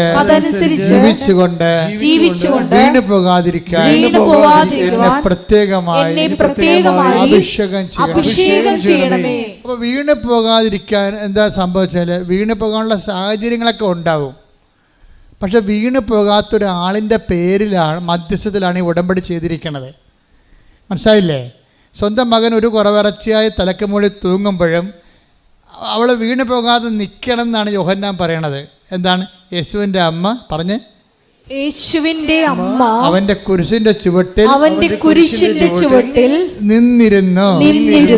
എങ്ങനെ നിൽക്കണം? 3 മണിക്കൂർ നിൽക്കാൻ പറ്റുമോ അവിടെ? എന്ത് പരുവക്കേടായിട്ടാണ് വീട്ടിൽ നിന്ന് വന്നത്? വെളുപ്പാങ്കാലത്ത് ഇറങ്ങിയതാ, കുരിശും ചുവന്നുണ്ട്. ആ വെളുപ്പാങ്കാലത്ത് ഇറങ്ങിയ യാത്ര, 6 മണിക്ക് ഇറങ്ങിയ യാത്ര ശരിക്കും പറഞ്ഞാൽ ഗാൽവരിയിൽ വരുമ്പോൾ 12 മണിയായി. അപ്പോൾ എന്തൊരു താമസം പിടിച്ച്, എന്തൊരു വെയിൽ. ഒന്നാമത്തെ നിസാം മാസത്തിലെ വെയിൽ. ഞാൻ ആ നിസാം മാസത്തിൽ അവിടെ പോയ ആളാണ്. 43 ഡിഗ്രിയാണ് ഇസ്രയേലിൻ്റെ ചൂട്. ഈ ചൂടിൻ്റെ അകത്ത് തിളച്ച് ചോര ഒഴുകുമ്പോൾ വെറുതെ നിന്നാൽ പോലും നമ്മൾ പപ്പടമായി പോവും, മുരിഞ്ഞ പപ്പടമായി പോവും. ആ ഒരു അവസ്ഥയിൽ വന്ന് നിന്ന ആൾ എങ്ങനെയാണ് ക്രിസ്തുവിന് പോലും വെള്ളം കൊടുക്കാൻ പോയിട്ട് ആ മനുഷ്യന്മാർ കുടിപ്പിച്ചില്ല. അപ്പോൾ വെള്ളം കിട്ടാതെ ക്രിസ്തു മാത്രമല്ല അവിടെ നിന്നിരിക്കണത്, അമ്മ പോലും ഒരിറ്റ് വെള്ളം കിട്ടാതെ രാവിലെ 6 മണി തൊട്ട് 12 മണി വരെ നിന്ന ആൾ ക്രിസ്തുവിനെ അടക്കുമ്പോൾ 3 മണിയാകും. അപ്പം അത്രയും മണിക്കൂർ നിൽക്കുന്ന ആൾ എന്നിട്ടും വീണില്ലെന്നാണ് പറയണത്. ഉത്തരവാദിത്തമുള്ളവർ വീഴത്തില്ല. ഉത്തരവാദിത്ത ബോധമുള്ളവരും വീഴത്തില്ല. അതുകൊണ്ടാണ് ബൈബിൾ പറയണത് ഉത്തരവാദിത്തങ്ങൾ നിറവേറ്റിക്കൊണ്ട് പിടിച്ചു നിൽക്കാൻ പറയണത്. സകല ഉത്തരവാദിത്തങ്ങൾ നിറവേറ്റി. കാര്യം നമ്മളിപ്പോൾ ഞാനൊരു വൈദികനാണ്. ഞാൻ വൈദികൻ്റെ ഉത്തരവാദിത്തങ്ങൾ കൃത്യമായിട്ട് നിറവേറ്റിയാൽ എനിക്ക് വീഴ്ച വരത്തില്ല, തീർച്ചയായിട്ടും വീഴ്ച വരത്തില്ല. നിങ്ങളൊരു ഭാര്യയാണ്, അല്ലെങ്കിൽ നിങ്ങളൊരു അമ്മയാണ്, അത് നിങ്ങളുടെ ഭർത്താവാണ്, അല്ലെങ്കിൽ നിങ്ങളുടെ വിദ്യാർത്ഥിയാണ്. നിങ്ങൾക്ക് ആ ഉത്തരവാദിത്തം കൃത്യമായി നിറവേറ്റുകയാണെങ്കിൽ ആ ഉത്തരവാദിത്വം എന്ന് പറയുന്നത് എന്താണ്? ഉത്തരത്തിൻ്റെ വാദിയാണ് ഉത്തരവാദി. വാദിയും പ്രതിയുമില്ലേ അല്ലേ? ഉത്തരവാദി എന്ന് വെച്ച് കഴിഞ്ഞാൽ ആരോടാണ് നമ്മൾ കടപ്പെട്ടിരിക്കുന്നത്? ഉത്തരം കടപ്പെട്ടിരിക്കുന്നത്, അതാണ് ഉത്തരവാദി എന്ന് പറയണത്. അതായത് ഉത്തരം ആർക്ക് നമ്മൾ ബോധിപ്പിക്കണം. അപ്പോൾ നമ്മൾ ഉത്തരത്തിൻ്റെ അടിസ്ഥാനത്തിൽ ഉത്തരം പറയേണ്ട ആളായി മാറും. ഉത്തരം നമ്മൾ ആരോടാണ് പറയേണ്ടത്? ദൈവത്തോടാണ് ഉത്തരം പറയേണ്ടത്. ഉടമ്പടിക്ക് ഉത്തരം പറയേണ്ടത് ആരോടാണ്? ദൈവത്തോട്. അപ്പോൾ ഉത്തരവാദി ആരാ? നമ്മൾ. ഭാര്യയും ഭർത്താവിനെയും ഞങ്ങളെ കൊണ്ടുവന്ന് പള്ളിയിലെറിഞ്ഞ് പോസ്റ്റിന് താഴെ കല്യാണം കഴിക്കുന്നത് ഒളിച്ചോടണമല്ല, മറിച്ച് കൗതാശികമായിട്ട് ദൈവത്തിൻ്റെ സ്ഥാനത്ത് നിന്നുകൊണ്ട് അൾത്താറെ വിവാഹം കഴിക്കുന്നവർ ഓർക്കുക, നിങ്ങൾ ദൈവത്തോട് ഉത്തരവാദികളാണ്. മറ്റത് പിന്നെ ഉത്തരവാദിയൊന്നുമില്ല. കാര്യം ഈ ഭൂമിയിൽ കല്യാണം കഴിക്കണമെന്ന് നിർബന്ധമൊന്നുമില്ല. എന്താ കാര്യം? എടാ ദൈവപേടിയുള്ള ദൈവ പൈതൽ നിത്യതയ്ക്ക് വേണ്ടി നിയോഗിക്കപ്പെട്ടവരാണ് കർത്താവിൻ്റെ നാമത്തിൽ വിവാഹം കഴിക്കണത്. അവർക്ക് വിവാഹം കഴിക്കണമ്പോൾ ചില ആൾക്കാർക്ക് ഇതൊന്നും ഒരു പ്രശ്നമല്ല. അവർ ലിവിങ് ടുഗദറാണ്, ഒരുമിച്ച് താമസമാണെന്നൊക്കെ പറയും. എന്നിട്ട് അവർ അബോർഷൻ ഗുളികയൊക്കെ ഉപയോഗിക്കും. അങ്ങനെ പല മനുഷ്യർ ഈ ഭൂമിയിൽ നിൽക്കും. അവർക്ക് നിത്യതയെക്കുറിച്ച് യാതൊരു ബോധവുമില്ല. നമുക്ക് ഈ ബോധത്തിൻ്റെ കൂടുതലാണ് നമുക്ക്. എന്താ കാര്യം? ഞാൻ പരിശുദ്ധമ്മ ദേവമാതാവിനെ കണ്ട ആളാണ്. അപ്പം നിത്യത എന്താണെന്ന് എനിക്കറിയാം. പക്ഷേ നിത്യതയായിട്ട് അടുക്കണമെങ്കിൽ കുറച്ച് പണിയുണ്ട്. എന്താ കാര്യം? കർത്താവിൻ്റെ കൽപ്പനകൾ പാലിക്കണം. അവൻ പറയണ പോലെ ജീവിക്കണം. അവൻ പറയണ പോലെ ജീവിക്കണമല്ല, നമുക്ക് തോന്നണ പോലെ ജീവിക്കണമല്ല. നമുക്ക് തോന്നുന്ന പോലെ ഇപ്പോൾ ഒരു ഭർത്താവിനെ ഉപേക്ഷിച്ച്, രണ്ടാമത്തെ ഭർത്താവിനെ ഉപേക്ഷിച്ച്, മൂന്നാമത്തെ ഭാര്യയെ ഉപേക്ഷിച്ച് നമുക്കിങ്ങനെ എല്ലാ കുടിയിലും 5-6 മക്കളൊക്കെ ഉണ്ടാക്കി. അങ്ങനെ ഒന്നും സഭയിലില്ല, നിയമമില്ല. കർത്താവ് എന്താ പറയുന്നത്? അവരിരുവരും ഏക ശരീരമായി തീരും. എന്താ അപ്പോൾ ഏക ശരീരമായി തീരുമെന്ന് പറയുമ്പോൾ ആ ദൈവ തിരുസന്നിധിയിലുള്ള ഒരു കവനൻ്റെ ഉടമ്പടിയാണ് ഇവിടെ നടക്കുന്നത്. ആ ഉടമ്പടിയിലുണ്ടാകുന്ന കുഞ്ഞുങ്ങൾ ഉടമ്പടിയുടെ കുഞ്ഞുങ്ങളാണ്. ആ ഉടമ്പടിയുടെ കുഞ്ഞുങ്ങളെ വേദപാഠം പഠിപ്പിക്കാൻ നമ്മൾ ബാധ്യസ്ഥരാണ്. എന്താ കാര്യം? നമ്മൾ പറഞ്ഞിട്ടുണ്ട് കർത്താവിനോട്, വിവാഹത്തിലുണ്ടാകുന്ന കുഞ്ഞുങ്ങളെ പുണ്യപൂർണ്ണമായി വളർത്തിക്കൊള്ളാവുന്ന. അപ്പോൾ ചില ഭർത്താക്കന്മാർ വന്നിട്ട്, ചില ഭാര്യമാർ വന്നിട്ടും പറഞ്ഞു, എൻ്റെ അച്ഛാ ഇയാളൊന്ന് കുമ്പസാരിപ്പിക്ക്. ഇയാൾ എന്നോട് പറഞ്ഞത് കല്യാണത്തിന് പോലും കുമ്പസാരിച്ചിട്ടില്ലെന്നുള്ളതാണ്. കല്യാണത്തിന് പോലും കുമ്പസാരിക്കാത്ത കടവാമ്പോത്തിൻ്റെ കൂടെ നീ ജീവിക്കണത്. എൻ്റെ മകളെ, നീ കുറച്ച് വേർക്കേണ്ടി വരും. കാരണം കഴിഞ്ഞ ദിവസം ഞാനൊരു കടവാമ്പോത്തിനെ കണ്ട്. ഞാൻ എറണാകുളത്ത് നിൽക്കുകയായിരുന്നു, ഞാനും നമ്മുടെ ഡ്രൈവർ മനോജും കൂടി. ഇപ്പം ഞങ്ങൾക്കൊരു ബുക്ക് സ്റ്റോള് ഒരു പുതിയ ബുക്ക് വന്നിട്ടുണ്ട്, അത് മേടിക്കണം. പക്ഷേ ഞങ്ങൾ ചെന്നപ്പോഴുണ്ട് ആ ബുക്ക് സ്റ്റോൾ അവിടെ ഇല്ല. എവിടെയാണെന്ന് അറിയാനും പാടില്ല. ഞങ്ങൾ ഊഹം വെച്ച സ്ഥലത്ത് ചെന്നപ്പോൾ അവിടെ ചെന്നപ്പോൾ ഓട്ടോ റിക്ഷ സ്റ്റാൻഡിലാണ്. അവിടെ ചെന്നപ്പോൾ ഞങ്ങൾ ഡ്രൈവർ ചോദിച്ചു, ഇന്ന ബുക്ക് സ്റ്റോൾ എവിടെയാണെന്ന് ചോദിച്ചു. ബുക്ക് സ്റ്റോളാ? അവിടെ നിന്നൊരു കണക്കിന് തടി കൂരിക്കൊണ്ട് പോകുന്നു. കുറച്ച് കഴിഞ്ഞപ്പോൾ മനോജ് പറയണം, അയാളുടെ കഴുത്തെ ഉടമ്പടിക്ക് കാശും കിടപ്പുണ്ടായിരുന്നു. അപ്പോഴാണ് എനിക്ക് മനസ്സിലായത് പെണ്ണുമ്പിള്ള പറ്റിച്ച പണിയാണെന്ന്. ഉടമ്പടിയിലെ നേർച്ച വസ്തുക്കളെല്ലാം പ്രയോഗവിധികളിലാണ് അടയാളപ്പെടുത്തിയിരിക്കുന്നത്. ഇപ്പോൾ അതിൻ്റെ അകത്ത് പ്രാർത്ഥനയുണ്ട്, നമ്മൾ പ്രാർത്ഥിക്കുന്ന പ്രാർത്ഥനകളുണ്ട്. പിന്നെ എന്താണ്? പ്രഖ്യാപനമുണ്ട്. നമ്മൾ പത്രം കൊടുക്കത്തില്ലേ, അതെന്താണ്? പ്രഖ്യാപനമാണ്. നിങ്ങളിപ്പോൾ 18 പത്രമേ മേടിക്കുന്നുള്ളൂ. അമേരിക്കക്കാർ എന്നോട് ചോദിച്ചിരിക്കുന്നത് ഇപ്പോൾ അടുത്ത ധ്യാനം ചിക്കാഗോയിൽ നടത്താൻ പോണ ധ്യാനത്തിന് അവരെന്നോട് പറഞ്ഞിരിക്കുന്നത്, നിങ്ങൾ അതിൻ്റെ എന്താണ് PDF അയച്ചതാണ്, ഞങ്ങളിവിടെ പ്രിൻ്റ് ചെയ്ത് വിതരണം ചെയ്തോളാമെന്ന്. കഴിഞ്ഞ ധ്യാനത്തിന് അവരാണ്ട് 10,000 20,000 പത്രം മേടിച്ച് വിതരണം ചെയ്ത്, പത്രം അവിടെ തന്നെ അടിച്ച് വിതരണം ചെയ്ത്. അപ്പോൾ അവിടെ നിന്ന് ആൾക്കാർ അവിടെ കൊടുക്കണത് ആൾക്കാർ എന്ത് ഭക്തിയോടാണ്. അവിടെ ഇംഗ്ലീഷ് പത്രമാണ് കൃപാസനത്തിൻ്റെത്. ഇപ്പം അടുത്ത ധ്യാനത്തിന് അവർ കൊടുക്കുന്നുണ്ട്. വേറെയും ഗ്രൂപ്പുകൾ പത്രം PDF ചോദിച്ചിട്ടുണ്ട്. വിദേശ രാജ്യങ്ങളിൽ PDF പത്രം ചോദിച്ചാൽ ഞങ്ങൾ PDF അയച്ചു കൊടുക്കും. എന്താ കാരണം വെച്ച് കഴിഞ്ഞാൽ നമ്മളെ സംബന്ധിച്ചിടത്തോളം മാതാവിൻ്റെ പ്രത്യക്ഷീകരണത്തിൻ്റെ സന്ദേശമാണത്. ആ മാതാവിൻ്റെ പ്രത്യക്ഷീകരണ സന്ദേശം അവർക്ക് അടിച്ചു കൊടുക്കാൻ പറ്റുന്നുണ്ടെങ്കിൽ സന്ദേശം കൈമാറണം. എന്താ കാര്യം? സന്ദേശം ലളിതമായി കൈമാറണം. സന്ദേശം എന്താണ്? ദുരന്തമുണ്ടാകാൻ പോണ്, പ്രാർത്ഥിക്കണമെന്നാണ് അമ്മ പറഞ്ഞത്. അപ്പോൾ എന്തുമാത്രം ആൾക്കാർക്ക് ഈ അമ്മയുടെ പ്രത്യക്ഷീകരണത്തിൻ്റെ അടിസ്ഥാനത്തിൽ ലോകം മുഴുവൻ പ്രാർത്ഥിക്കാൻ വേണ്ടി കൃപാസനത്തെ ചുമതലപ്പെടുത്തിയിട്ടുണ്ട്. കൃപാസനത്തിൽ എല്ലാ മധ്യസ്ഥ പ്രാർത്ഥനക്കാരും അതേ ഉത്തരവാദിത്തം ഉള്ളതാണ്. ഉടമ്പടി എടുത്ത അമ്മയും കൃപാസനത്തിൽ പ്രത്യക്ഷയുടെ പരിശുദ്ധ അമ്മയുമായി ഉടമ്പടി ജീവിതം നയിക്കുന്ന നിങ്ങളും അതിന് ബാധ്യസ്ഥരാണ്. എന്താണ്? ദുരന്തമുണ്ടാകാൻ പോണ്, പ്രാർത്ഥിക്കണമെന്ന് പറയാൻ. നിങ്ങൾ പത്രം കൊണ്ട് കൊടുക്കുമ്പോൾ നിങ്ങൾ എന്താ പറഞ്ഞത്? അമ്മ കൃപാസനത്തിൽ പ്രത്യക്ഷപ്പെട്ടു, സിൽവർ ഗ്രേയിൽ പ്രത്യക്ഷപ്പെട്ടു, സമയഘടികാരത്തിൽ പ്രത്യക്ഷപ്പെട്ടു, ദുരന്തമുണ്ടാകാൻ പ്രാർത്ഥിക്കണമെന്ന് പറയാൻ വേണ്ടിയാണ് അമ്മ പ്രത്യക്ഷപ്പെട്ടതിൻ്റെ അടയാളമാണ് അവിടെ കാണുന്ന 100 കണക്കിന് സാക്ഷ്യങ്ങൾ. സാക്ഷ്യമെല്ലാം അമ്മയുടെ പ്രത്യക്ഷീകരണത്തിൻ്റെ അടയാളമാണെങ്കിൽ അത് കൈമാറുന്ന നിങ്ങൾ അമ്മയുടെ പ്രത്യക്ഷീകരണത്തിൻ്റെ സുവിശേഷ സാക്ഷികളാണ്. കൈയടിക്കട്ടെ, ശ്രദ്ധിക്കട്ടെ. സ്നേഹത്തോടെ പ്രവർത്തനങ്ങൾ ചെയ്യുവാൻ ഞങ്ങളെ തിരഞ്ഞെടുത്ത് അഭിഷേകം ചെയ്യണമേ.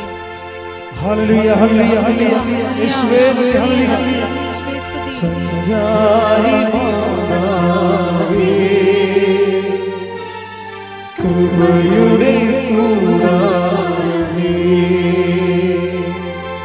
സഞ്ചാരി മാതാവേ, കൃപയുടെ കൂടാരമേ, വാഗ്ദാനപേടകമേ, കൃപാസനത്തിൻ്റെ അമ്മേ,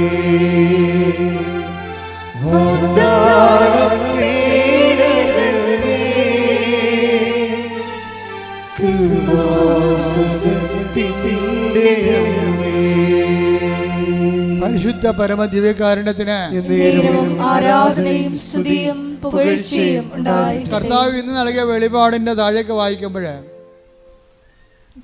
വായിക്കുമ്പോൾ ഇപ്പം നമ്മൾ പറഞ്ഞുകൊണ്ടിരിക്കുന്ന പ്രയോഗത്തെക്കുറിച്ചാണ്.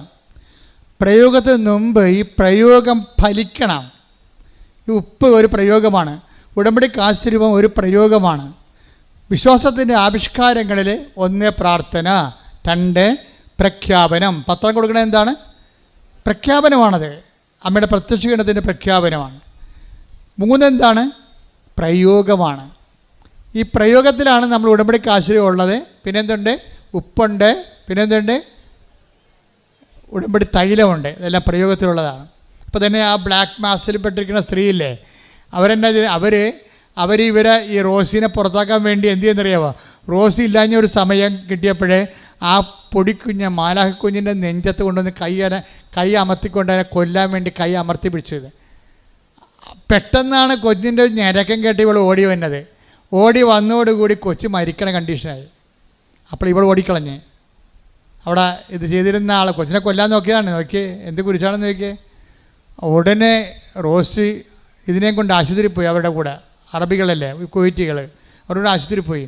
ആശുപത്രിയിൽ പോയപ്പോൾ തന്നെ ഈ കൊച്ചിൻ്റെ ഈ മരണവിപ്രാളത്തിൽ കിടന്ന കൊച്ചല്ലേ, കൊച്ചിന് ഇവളെ തന്നെ ഇപ്പം ഇവർ നോട്ട വിട്ടു. മറ്റവളെ കണ്ടില്ലല്ല, ഇവളെ നോട്ട വിട്ടാ കുവൈറ്റികൾ. കാര്യം ഇവളാണല്ലോ കൊച്ചിനിങ്ങനെ ശ്രദ്ധിക്കാതെ ഇവിടെ ഇല്ലാഞ്ഞല്ലേ ഇവിടെ. അതോടുകൂടി കൊച്ചിന് നീർക്കെട്ടലായി, പതിരക്ക് നീര് വന്ന് ആശുപത്രി കിടന്ന്. അപ്പോൾ കൊച്ചിന് എന്തെങ്കിലും സംഭവിച്ചാൽ റോസിനെ അവർ ജയിലിലാക്കും. അപ്പോൾ റോസി എന്നാ ചെയ്യുന്നറിയാവോ? റോസി ഈ അറബിയും അവിടുത്തെ ഡോക്ടറും മാറിയപ്പോഴും ആശുപത്രി ചെന്നിട്ട് വിശ്വാസപ്രമാണം ചൊല്ലി ഉടമ്പടി തൈലമെടുത്ത് ഈ മരിക്കാൻ പോണ കൊച്ചിൻ്റെ നെഞ്ചിൽ കുരിശിട്ട്. അതാണ് പ്രയോഗം എന്ന് പറഞ്ഞാൽ. അതാണ് പിറ്റേ ദിവസം കൊച്ചിനെ ഡിസ്ചാർജ് ചെയ്ത്. അതാണ് പ്രയോഗം. ഈ പ്രയോഗം എന്ന് പറയാൻ കാരണം എന്തുകൊണ്ടാണ് ഈ പ്രയോഗം പെട്ടെന്ന് ഏറ്റത്? റോസിക്ക് എന്ത് പ്രശ്നം ഉണ്ടായാലും ഇപ്പോൾ ബ്ലാക്ക് മാസുകാരുടെ അകത്ത് കിടക്കുകയല്ലേ, ഇവളെ കൊല്ലാൻ വേണ്ടി അവർ നോക്കുകയാണ്, ചടിക്കാൻ വേണ്ടി. അപ്പോൾ ഇവൾക്ക് പ്രത്യക്ഷീണ പ്രാർത്ഥനയാണ് ആകപ്പാടെ പിടിവള്ളി. ഇവൾ രാത്രി അവരുടെ ഈ ബ്ലാക്ക് മാസുകാരുടെ അപ്പുറത്ത് ഇവരുടെ ജോലി, അവരുടെ കുളിശിത പ്രവർത്തനങ്ങൾ ചെയ്യുമ്പോൾ ഇവളെവിടെ ഇരുന്നുകൊണ്ട് പ്രത്യക്ഷീണ പ്രാർത്ഥന ചെല്ലും. അപ്പോൾ ഈ സാധനം ഒന്നും അവിടെ പരിക്കത്തില്ല. അതുകൊണ്ടാണ് ഇവർ തമ്മിൽ ഫൈറ്റിംഗ് വരണത്. അതാണ് ഇവളെ ചാടിക്കാൻ വേണ്ടി പണിയെല്ലാം ചെയ്യണത്. അവസാനം ബാത്റൂമിൽ കുപ്പിച്ചല്ലേ, കിടക്കാൻ പറ്റണില്ല. അവിടെ നായ്ക്കെണ്ണ പൊടിയും ബ്ലീച്ചിങ് പൗഡറൊക്കെ ഇടും. അങ്ങനെ ഈ കൊച്ചിനെ ഉപദ്രവിക്കും. അങ്ങനെ അവസാനം അമ്മ അവളോട് പറഞ്ഞു, നീ ഇവിടുന്ന് പോവുകയാണ് നിനക്ക് നല്ലതെന്ന് പറയാൻ. നീ സ്വസ്ഥമായിട്ട് നിനക്ക് ബാത്റൂമിൽ പോകാൻ പറ്റണില്ല, ഭക്ഷണം കഴിക്കാൻ പറ്റണില്ല, ഉറങ്ങാൻ പറ്റണില്ല. ഉറങ്ങിക്കഴിയുമ്പോൾ ഇവർ വന്ന് വെച്ച് ഇവിടെ തലയെടുത്ത് ഭിത്തിയിട്ടിടിക്കും. എന്തൊരു കഷ്ടമാണെന്ന് ചോദിക്കേ. ഇതൊന്നും പറഞ്ഞാൽ കുവൈറ്റുകൾ അംഗീകരിക്കത്തില്ല. കാര്യം ആ വേലക്കാർ പണ്ട് മുതലേ അവിടെ ഉള്ളതാണ്. അവർ നല്ലവരാണ്, നിൻ്റെ കള്ളത്തരവാണി പറയണമെന്നാണ് വീട്ടുകാർ വിചാരിക്കണത്. വീട്ടുകാർ ഇങ്ങനെ തള്ളിപ്പറഞ്ഞ കാരണം റോസി പറയും, അമ്മേ എന്നെ ഇവിടുന്ന് കൊണ്ടുപോകും, പക്ഷേ പാസ്പോർട്ട് നമ്മുടെ കയ്യിലില്ലല്ല, പാസ്പോർട്ട് അവരുടെ കയ്യിലല്ലേ, വീട്ടുകാരുടെ കയ്യിലല്ലേ. അപ്പോൾ റോസി പറയും, എൻ്റെ ജീവനെ ഇവിടെ കിടന്നാൽ പോകും, അതുകൊണ്ട് നിങ്ങൾ എൻ്റെ പാസ്പോർട്ട് തരാൻ പറയും. അപ്പോൾ ഉടനെ കുവൈറ്റുകൾ പറയും, പാസ്പോർട്ടൊക്കെ തരാം, പക്ഷേ 2 ലക്ഷം രൂപ ഏജൻറ്റ് വാങ്ങിച്ചുകൊണ്ട് പോയിട്ടുണ്ട് നിന്നെ കൊണ്ടുവന്നതിന്, ആ കാശ് നീ എൻ്റെ മേശപ്പുറത്ത് വെച്ചാൽ പാസ്പോർട്ട് തരാമെന്ന് പറയും. അപ്പോൾ റോസി പറയും, 20,000 രൂപ പോലും എൻ്റെ കയ്യിലില്ല, കാരണം ഞാൻ പിന്നെ എങ്ങനെ നിൽക്കണതെന്ന് പറയും. ഉടനെ പറയും, ഇവർക്ക് ശല്യമായപ്പോൾ പറയും, ഇവളെ ജയിലിലാക്കാൻ നോക്കി. പറഞ്ഞ് നിൻ്റെ കെട്ടിക്കിടക്കൊക്കെ എടുക്കാൻ പറയും. അവരെന്നെ എല്ലാം എടുത്ത് നോക്കിയപ്പോൾ ഉണ്ട് ഉടമ്പടി ഉപ്പിരിക്കണം. അപ്പോൾ അവർ പറയും, ഇത് എന്താണ് എന്താണ് ഒരു സാധനം ഉണ്ടല്ലോ, ബ്ലാക്ക് ഷുഗറാണ്, മയക്കുമരുന്നാണെന്ന് പറയും, ഇത് മയക്കുമരുന്നാണെന്ന് പറയും. അപ്പോൾ ഉടനെ ഇവളെയും വിളിച്ചുകൊണ്ട് ഈ ഉടമ്പടി ഉപ്പുമായിട്ട് പോയിട്ട് പോലീസ് സ്റ്റേഷനിൽ പോകും. അപ്പോൾ ഇവർക്ക് പേടിയാണ്. ഇവിടെ ഇരുന്നുകൊണ്ട് പ്രത്യക്ഷ പ്രാർത്ഥന, അമ്മ മാത്രം, എനിക്ക് ആരെയും പരിചയമില്ല രാജ്യത്ത്, അമ്മ മാത്രമേ എനിക്ക് പരിചയമുള്ളൂ, ഞാനിപ്പോൾ അകത്താകാൻ പോവുകയാണ്, കാര്യം ഇവർ പിടിച്ചു കൊണ്ടുപോവുകയാണ് എന്നെ. കാര്യം അവിടെ ചെന്നപ്പോൾ നാട്ടുകാർ അവരെ പൗരന്മാരല്ലേ അവിടുത്തെ പോലീസുകാർ, അപ്പം പരിചയക്കാർ അവർ തന്നെ, ഇവർ പറയണമെന്നും അംഗീകരിക്കാതെ ഇവർക്ക് ഭാഷയാത്രക്കാർക്ക് പറഞ്ഞ് പിടിപ്പിക്കാനും അറിയത്തില്ല. അങ്ങനെ ഇവളെ കുഴഞ്ഞു നിൽക്കുന്ന സമയത്ത് ഇവളെ പോലീസ് സ്റ്റേഷനിൽ കയറി ചെല്ലുമ്പോൾ തന്നെ ഒരു പോലീസുകാരൻ വന്നിട്ട് ഇവിടെ മുമ്പിൽ നോക്കി നിന്ന് ചിരിക്കണത്. അപ്പോൾ ഒരു പരിചയമില്ല, അവിടുത്തെ കുവൈറ്റ് പോലീസുകാരനാണ്. അമ്മ ഈ സമയത്തിനുള്ളിൽ അയാളെ ചേഞ്ച് ചെയ്ത് കളഞ്ഞേ ആ പോലീസുകാരനാണ്. ഇവൾ പറയണത്, ഞാൻ ഏതാണ്ട് വർഷങ്ങളോട് കണ്ട പരിചയമാണ് ആ പോലീസുകാരൻ എന്നോട് കാണിക്കണത്. എന്നോട് എന്താ പ്രശ്നമെന്ന് ചോദിക്കും. എന്നോടാ ചോദിച്ചത് എന്താ പ്രശ്നമെന്ന്. അപ്പോൾ എന്നെ പ്രതിയാക്കി അകത്ത് കളയാൻ വേണ്ടി കൊണ്ടുവന്ന അറബി പറയും, ഇവൾ കള്ളിയാണ്, ഇവൾ കേരളത്തിൽ നിന്ന് ബ്ലാക്ക് ഷുഗർ കൊണ്ടുവന്നിരിക്കുകയാണ്, മയക്കുമരുന്ന് വ്യാപാരിയാണെന്ന് പറയും. ഉടനെ ഇവൾ പറയും ഇതൊരു അപ്പോൾ ഉടനെ ഇവളോട് പറയും, നോ ഇതൊരു ഇങ്ങനെയുള്ള സംഭവമൊന്നുമല്ല, ഇതൊരു ബ്ലെസ്സഡ് സാൾട്ടാണെന്ന് പറയും. ഉടനെ ആ പോലീസുകാരൻ എന്ത് ചെയ്യുന്നറിയാമോ, ഈ ഉടമ്പടി ഉപ്പെടുത്തിട്ട് നാക്കിൽ വെക്കും. അത് പറയും, no it is genuine, it is blessings. അത് നമ്മുടെ യൂട്യൂബെല്ലാം കാണിക്കും. ഇത് പറയും നിങ്ങളുടെ ഭാഷ തർജ്ജമ ചെയ്തെടുക്കാൻ പറയും. അപ്പോൾ അയാളത് തർജ്ജമ ചെയ്തെടുക്കുമ്പോൾ പറയും ഇത് ബ്ലെസ്സഡ് സാൾട്ടാണെന്ന് പറയും. അപ്പോൾ ഉടനെ ഈ പോലീസുകാരൻ, അറബി പോലീസുകാരൻ തന്നെ ഇവരോട് പറയും, കുവൈറ്റിയോട് പറയും, നീ ഒന്ന് കഴിച്ച് നോക്കിക്കെന്ന് പറയും. നിനക്ക് സംശയമുണ്ട്, ഞാൻ കഴിച്ചില്ല, അതുപോലെ നീ ഇത്തിരി ഉടമ്പടി ഉപ്പ് കഴിച്ചതെന്ന് പറഞ്ഞിട്ട് ഈ വാദി പ്രതികാരം കണ്ടില്ലേ, ഈ ഉപ്പ് ആ പോലീസുകാരൻ ആ വീട്ടുകാരനെ കൊണ്ട് തീറ്റിക്കും. വീട്ടുകാരൻ്റെ ഇവളെ മരിച്ചുകൊണ്ട് പോലീസ് സ്റ്റേഷനിൽ ചെന്ന അറബിയുടെ നാക്കിൽ ഉടമ്പടി ഉപ്പ് വീഴി കഴിയുമ്പോൾ അറബി ഉടനെ ശാന്തനാകും. എന്ത് നല്ല രസമാണ് അമ്മയുടെ കാര്യമൊക്കെ ഓർത്ത് കഴിഞ്ഞാൽ. അറബി അത്രയും നേരം ഇങ്ങനെ ഭർത്താവ് മുണ്ടിയെ പോലെ ഇവിടെ അകത്താക്കാൻ വേണ്ടി പോയ അറബി ആ പടം ഒരു സൗമ്യനുമാകും. അപ്പോൾ പോലീസുകാരൻ പറയും, ഇനി ഇവിടെ നിർത്തിയിട്ട് കാര്യമില്ല, നിങ്ങളല്ല പ്രതി, നിങ്ങളുടെ വീട്ടിലെ വേലക്കാരാണ് ഇവളെ കൊല്ലാൻ പോണത് നിൽക്കുന്നത്, അതുകൊണ്ട് ഇവളെ കയറ്റിവിടാൻ പറയും. ഉടനെ കയറ്റിവിടാൻ പറയുമ്പോൾ ഇവളുടെ കയ്യിൽ പൈസ ഒന്നുമില്ല, 25 രൂപ വേണം, 25,000 രൂപ നിങ്ങൾ തന്നെ കൊടുക്കാൻ പറയും. അപ്പോൾ ഈ അറബി ഭയങ്കര തുപ്പൽ കുടിയനാണ്, പിശുക്കനാണ്, വിടത്തില്ല. അപ്പോൾ അയാളുടെ ലക്ഷണം മാറും. 5 പൈസ കൊടുക്കത്തില്ലേ ഇവളെ പ്രതി ഒത്തിരി കാശ് ഞങ്ങൾ ഏജൻറ്റും കൊടുത്തിട്ടുണ്ട്, ഇവർക്ക് ശമ്പളം കൊടുത്തിട്ടുണ്ട്, ഇത് ഞങ്ങൾ എന്ത് കൊടുക്കണമെന്നാണ് പറയുന്നത്, ഇവിടെ ടേംസ് ആൻഡ് കണ്ടീഷൻസ് കഴിഞ്ഞിട്ടില്ല, ഇവിടെ കാലാവധി പൂർത്തിയാക്കണമെങ്കിൽ പോയി കഴിഞ്ഞാൽ ആ കാശ് ഞാൻ കൊടുക്കത്തില്ലെന്ന് പറയും. അപ്പോൾ പോലീസുകാരൻ ലക്ഷണം മാറും, നിങ്ങളാണ് കൊടുക്കേണ്ടത്, നിങ്ങളുടെ വീട്ടിൽ വന്നപ്പോഴല്ലേ ഇത്രയും പ്രശ്നം ഉണ്ടായിരിക്കണത് എന്ന് പറഞ്ഞ് കുറച്ച് കഴിഞ്ഞപ്പോൾ ഇവിടെ പറയും, അമ്മ അവിടെ നിന്നുകൊണ്ട് പ്രത്യക്ഷ പ്രാർത്ഥനയില്ലും, അമ്മേ നോക്കണേ അമ്മേ, എനിക്ക് കാശ് കിട്ടണേ, അല്ലെങ്കിൽ പോകാൻ മാർഗ്ഗമില്ലെന്ന് പറയുമ്പോൾ പോലീസുകാരൻ രൂക്ഷമായിട്ട് ഈ അറബിയോട് സംസാരിക്കും. ഇപ്പോൾ ഒരു ഫ്ലൈറ്റ് ഉണ്ട് കുവൈറ്റിൽ നിന്ന് ഇന്ത്യയിലേക്ക്, ഇപ്പം തന്നെ അവളെ കയറ്റി 1 മണിക്കൂറുണ്ട്, ഇപ്പം തന്നെ ഓൺലൈൻ ടിക്കറ്റ് എടുത്ത് കൊടുത്തേ, അല്ലെങ്കിൽ വിഷം മാറും, അല്ലെങ്കിൽ കേസ് മാറും, നിയമം മാറും എന്നൊക്കെ പറയുമ്പോൾ ഉടനെ അറബി വീഴും. ഉടനെ തന്നെ ആ കിട്ടിയ സമയത്ത് തന്നെ ടിക്കറ്റ് എടുത്ത് കൊടുത്ത് അവളെ ഇങ്ങോട്ട് പാക്ക് ചെയ്യും. അതെന്ന് വെച്ച് കഴിഞ്ഞാൽ ഇന്ത്യയിലേക്ക് പോരും. എന്ത് രസകരമാണ് ഈ സാക്ഷ്യത്തിൻ്റെ പോക്ക്. എന്തുകൊണ്ടാണ് ഇത്രയും കൃത്യമായിട്ട് ഈ ഉടമ്പടിയുടെ ഉപ്പ്, covenant of salt of the covenant എന്തുകൊണ്ടാണ് ഇത്രയും വിജയിക്കണത്? ഏത് പാരാത്രിയാണെങ്കിലും ഉടമ്പടി തന്നെയാണ് അവൾ ജീവിക്കണത്. അതാണ് വിഷയം. ഉടമ്പടി തന്നെയാണ് ജീവിക്കുന്നത്. നമ്മളുടെ ഉടമ്പടിയുടെ എല്ലാം വരുമ്പോൾ നമ്മൾ ഉപയോഗിക്കുന്ന വസ്തുക്കളെ നമ്മൾക്ക് അത് തന്നെ ഫലം നമുക്ക് അതിൻ്റെ പവർ റിലീസ് ചെയ്ത് നമുക്ക് കിട്ടണമെന്നുണ്ടെങ്കിൽ നമ്മൾ അതിനോട് വിശ്വസ്തത പാലിക്കണം. ഉടമ്പടിയിലെ തൈലത്തിനും അതുപോലെ ഞാൻ പണ്ട് പറയുമായിരുന്നു, എന്നിട്ട് ഒരു ചാനലുകാരൻ എന്നെ നമുക്ക് നെഗറ്റീവായിട്ട് സാധനം ഇട്ടിട്ടുണ്ട്. അതായത് ഇവിടെ ഈ ഉടമ്പടി ഉപ്പിനെക്കുറിച്ച് എനിക്ക് അറിയത്തില്ലായിരുന്നു, സത്യം പറഞ്ഞാൽ. ഉടമ്പടി കാശ്മീരത്തെക്കുറിച്ച് എനിക്ക് അറിയത്തില്ലായിരുന്നു, ഉടമ്പടി തൈലത്തെക്കുറിച്ച് അറിയത്തില്ലായിരുന്നു. ഇതെല്ലാം എഴുതിക്കൊണ്ടിരിക്കുന്ന ഒരു 12 മണിക്കൂർ സമയമുണ്ട്. ഈ 12 മണിക്കൂറിനുള്ളിൽ പുസ്തകം 75 പേജാണ് ഞാൻ എഴുതുന്നത്. തൈക്കാട്ടുശ്ശേരി ഇരുന്നുണ്ട് പ്രാർത്ഥിച്ച് വിശ്വാസ പ്രമാണം ചൊല്ലിക്കൊണ്ട് എഴുതുകയാണ്. കർത്താവ് എനിക്കിങ്ങനെ ആശയങ്ങൾ തന്നുകൊണ്ടിരിക്കുന്നു. അതെല്ലാം പിന്നീട് അപ്പോൾ എഴുതുന്ന സമയത്ത് ഇതെല്ലാം വരുന്നതാണ്. അപ്പോൾ ഇതിനെക്കുറിച്ച് പിന്നീട് പഠിച്ചു നോക്കുമ്പോഴാണ് ഈ ഉടമ്പടി ഉപ്പെന്ന് പറയുന്ന ഉടമ്പടിയുടേതാണെന്നൊക്കെ പിന്നെയാണെന്നൊക്കെ അറിയണത്. ഉപ്പെന്ന് പറഞ്ഞ ഉടമ്പടിയുടേതാണെന്ന് ഈശോ പറയുന്നുണ്ട്. പക്ഷേ എൻ്റെ റെഫറൻസ് ഒന്നും എനിക്കറിയത്തില്ലായിരുന്നു. അതേസമയം തന്നെ ഉടമ്പടി തേനെന്നാണ് ആദ്യം എഴുതിയത്. തേനെന്ന് എഴുതിയപ്പോൾ തന്നെ കൃപാസനത്തിൽ പ്രശ്നമുണ്ടായി. തേന് വിൽക്കുന്ന ആൾക്കാർ വന്ന് ഇവിടെ തോന്നിവാസം പറഞ്ഞ് അവരെന്നോട് പറഞ്ഞ് തേന് വിൽക്കുന്ന ആൾക്കാർ തോന്നിവാസം പറയുന്നുണ്ട്, തേന് നിറക്കാൻ കണ്ടിട്ട്. അപ്പോൾ ഞാൻ പറഞ്ഞ് അത് പരിശുദ്ധമ്മയുടെ ഇടപെടലാണ്. ഞാനിവിടെ തേന് എൻ്റെ അടുത്ത് ഉടമ്പടിയുടെ ഭാഗം എഴുതിക്കൊണ്ടിരിക്കുകയാണ്. അപ്പോൾ തേന് ഉടമ്പടിയുടെ ഭാഗമല്ല. അത് അപ്പോഴാണ് എൻ്റെ മനസ്സിൽ പരിശുദ്ധാത്മ പറഞ്ഞത് ഉടമ്പടി തൈലമുണ്ട്, ഒലിവ് ഓയിലാണ് ഉടമ്പടിയുടെ ഭാഗം. നോക്കിയേ, ദൈവം തിരുത്തുന്ന രീതി കണ്ടില്ലേ? ദൈവം ആരും വഴി നമുക്ക് തിരുത്താൻ പറ്റും എന്ന് വെച്ച് കഴിഞ്ഞാൽ ദൈവം തിരുത്താൻ പറ്റുമെന്ന് വെച്ചാൽ അത് ഉടമ്പടി തേനിനെ മാറ്റി തൈലമാക്കിയത് പരിശുദ്ധമ്മ നേരിട്ടാണ് ആക്കിയിരിക്കണത്. അതുകൊണ്ടാണ് ആ അറബിയുടെ ആ കുഞ്ഞ് മരിക്കാൻ പോകുമ്പോൾ അതിൻ്റെ നെഞ്ചത്ത് ഉടമ്പടി തൈലം പൂശുമ്പോൾ അത് ജീവനിലോട്ട് വന്നിട്ട് ഇവളുടെ ജീവിതം തന്നെ രക്ഷപ്പെട്ടു വരണത് അങ്ങനെയാണ്. അതായത് പക്ഷേ ഇതെല്ലാം ഉപയോഗിക്കുമ്പോൾ ഇതിനെല്ലാം പ്രയോഗം എന്നാണ് പറയണത്. പ്രയോഗിക്കുന്നവർ ചെയ്യേണ്ടത് നിങ്ങൾ നിങ്ങളെ ഉടമ്പടി വിശ്വസ്തത പാലിച്ച് ഉടമ്പടിയുടെ ക്ലാസ്സെല്ലാം അറ്റൻഡ് ചെയ്ത് കേട്ടില്ലെങ്കിൽ വീണ്ടും വീണ്ടും കേട്ട് നോക്കി കൃത്യമായിട്ട് ചെയ്ത് ദൈവത്തോട് വിശ്വസ്ത പാലിച്ചാൽ ആർക്ക് ഏത് ബ്ലാക്ക് മാസുകാരനല്ല, കൂടോത്രക്കാരനല്ല, തോന്നിവാസി ആയാലും ശരി, നിങ്ങൾ ഏത് നരകത്തിൽ പോയി താമസിച്ചാലും ഏത് മുറുക്കുപാമ്പിൻ്റെ ഉള്ളിലാണെങ്കിലും ദൈവം നിങ്ങളെ സഹായിക്കും. എന്താ കാര്യം? ക്രിസ്തു സകലതും ദൈവം സമസ്തവും ഈ ലോകത്തുള്ള പിശാചിന് ഉൾപ്പെടെ അവൻ്റെ പാദത്തിൻ്റെ പീഠത്തിൻ്റെ കീഴിലാക്കിയിട്ടുണ്ടെങ്കിൽ അവനെ പ്രസവിച്ച മറിയത്തോടാണ് പറഞ്ഞിരിക്കുന്നത്. എന്താ പറഞ്ഞിരിക്കുന്നത്? അവൻ നിൻ്റെ തല തകർക്കും. പിശാചിനോട് നിന്നിൽ നിന്ന് ജനിക്കാൻ പോകുന്നവൻ നിൻ്റെ തല തകർക്കും.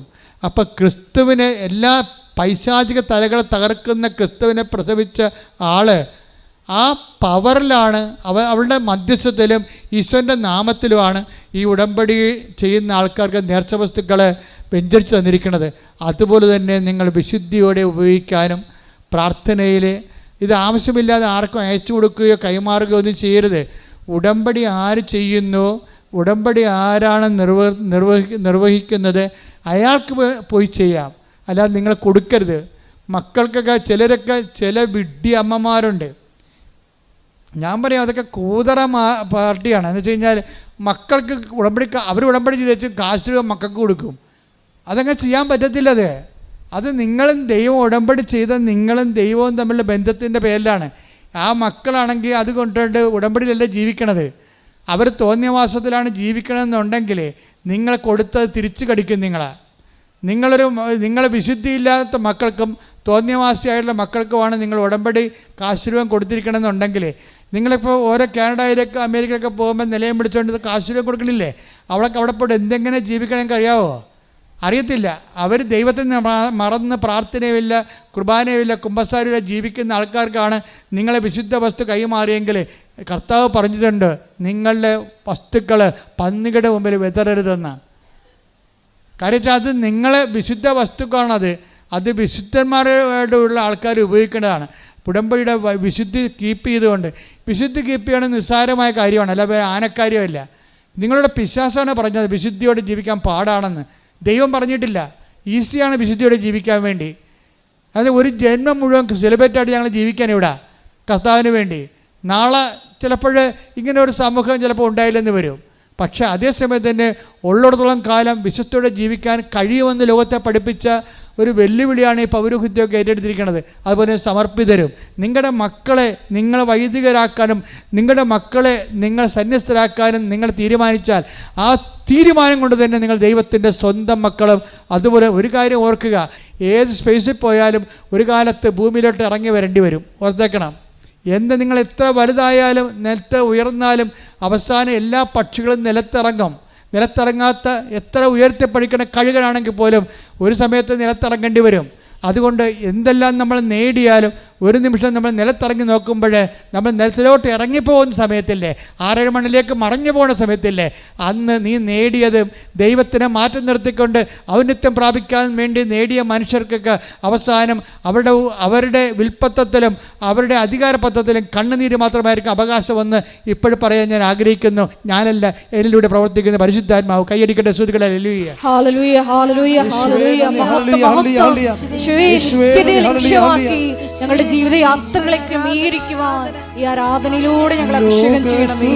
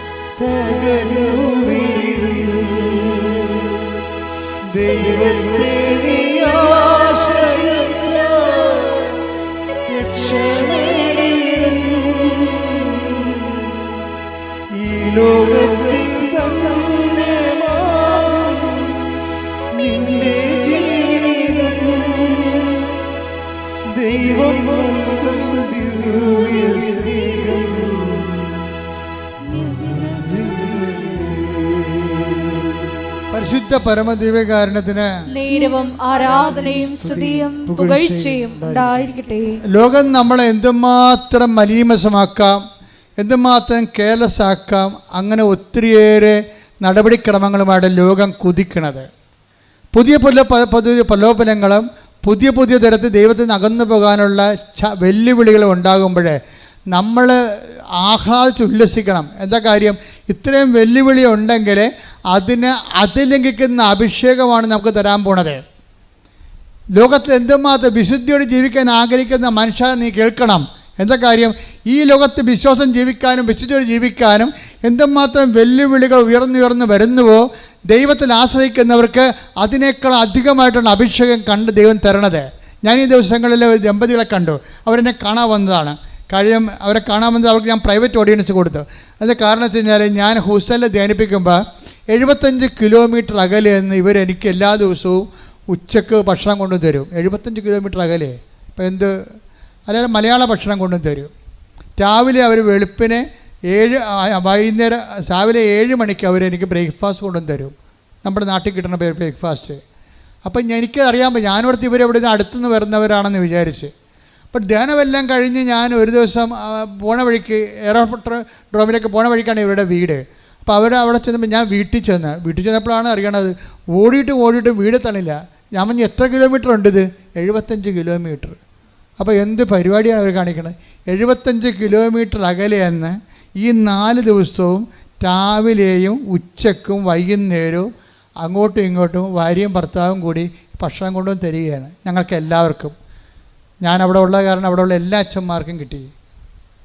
എന്താ കാര്യം വെച്ച് കഴിഞ്ഞാൽ അതുകൊണ്ട് അവരിവിടെ വന്നപ്പോൾ ഞാൻ പറഞ്ഞു ഓക്കെ കാണാമെന്ന് പറഞ്ഞപ്പോൾ ഞാൻ അവരോട് ചോദിച്ചേ, നിങ്ങളുടെ വീട്ടിൽ ഞാൻ വന്നില്ലേ? അപ്പോൾ കൃപാസനം മാതാവിനെ അവിടെ പ്രതീക്ഷിച്ചിട്ടുണ്ട് അവരുടെ വീട്ടിൽ. അപ്പോൾ ഞാൻ ചോദിച്ചു നിങ്ങളുടെ അവിടെയുള്ള വീടുകളെല്ലാം ഭേദപ്പെട്ട വീടുകളാണ്, പക്ഷെ നമ്മുടെ അത്രയും പൈസ ഒന്നും അവർക്ക് മുടക്കിയിട്ടില്ല. ആ വീട് ഈ മരം കൊണ്ടൊക്കെ ഉണ്ടാക്കുന്ന വീടുകളാണ് അമേരിക്കൻ വീടുകളെല്ലാം. പക്ഷേ ഇവരുടെ വീട്ടിൽ നോക്കുമ്പോൾ ഒരു 10-12 മുറികളുണ്ട് അവിടെ വീട്ടിലുണ്ട്. അപ്പോൾ ഞാൻ അവരോട് ചുമ്മാ കാഷ്വലായിട്ട് ചോദിച്ചു എന്തുകൊണ്ടാണ് നിങ്ങൾ 2 നില എടുക്കാഞ്ഞെന്ന് ചോദിച്ചു. ഉടനെ ജീജൻ എന്നാണ് പേര്, റിദ്യു എന്നാണ് വൈഫിൻ്റെ പേര്. അപ്പോൾ ജീജൻ എന്നോട് പറഞ്ഞു അച്ഛാ ഞങ്ങളെ മുകളിലത്തെ നില വേണ്ടെന്ന് വെച്ചു. കാര്യം മുകളിലത്തെ നില ഉണ്ടെങ്കിൽ പിള്ളേരെല്ലാം മുകളിൽ പോയി ഇരിക്കുകയുള്ളൂ. പിന്നെ അവരവിടെ 9 മണി കഴിഞ്ഞാൽ പിന്നെ അവർ എന്ത് ചെയ്യണം നമുക്കറിയത്തില്ല. അവരെന്ത് കമ്പ്യൂട്ടറാണ് കാണുന്നത്, അവരെന്താണ് അവരുടെ ഇൻട്രസ്റ്റ്, അവർ നമുക്ക് ഒന്ന് നമ്മുടെ കൺമുട്ട ഒരു നേരെ ഉള്ളെങ്കിൽ അവർ നമ്മുടെ കൺമുട്ടത്തുണ്ടാകും, വിളിച്ചാൽ വരും. തന്നെയല്ല 9 മണിയാകുമ്പോൾ തന്നെ അവർ കൊണ്ടുവന്ന് മൊബൈൽ ഞങ്ങളുടെ ബെഡ്റൂമിൽ കൊണ്ടുവന്ന് വെച്ചിട്ട് പോകും. അപ്പം ഞാൻ ആ കുഞ്ഞുങ്ങളെ കണ്ടേ, കുഞ്ഞുങ്ങളൊക്കെ വലിയ വളർന്ന് വലിയ എൻജിനീയറിങ് ആൾക്കാരൊക്കെ ആയി, അവിടുത്തെ മെയിൻ ആൾക്കാരാണ് പിള്ളേർ. അപ്പം ഞാൻ അവിടുത്തെ ഈ കുഞ്ഞുങ്ങളൊക്കെ വിശ്വാസം വളർത്തുന്നതിന് വലിയ പാടൊന്നുമില്ല. മാതാപിതാക്കന്മാരൊന്നും ഓക്കെ ആയാൽ മതി. മാതാപിതാക്കന്മാർക്ക് അതിനെക്കുറിച്ച് കൃത്യമായ ചിട്ടയുണ്ടെങ്കിൽ കുഞ്ഞുങ്ങൾ കൃത്യമായിട്ട് വളരും.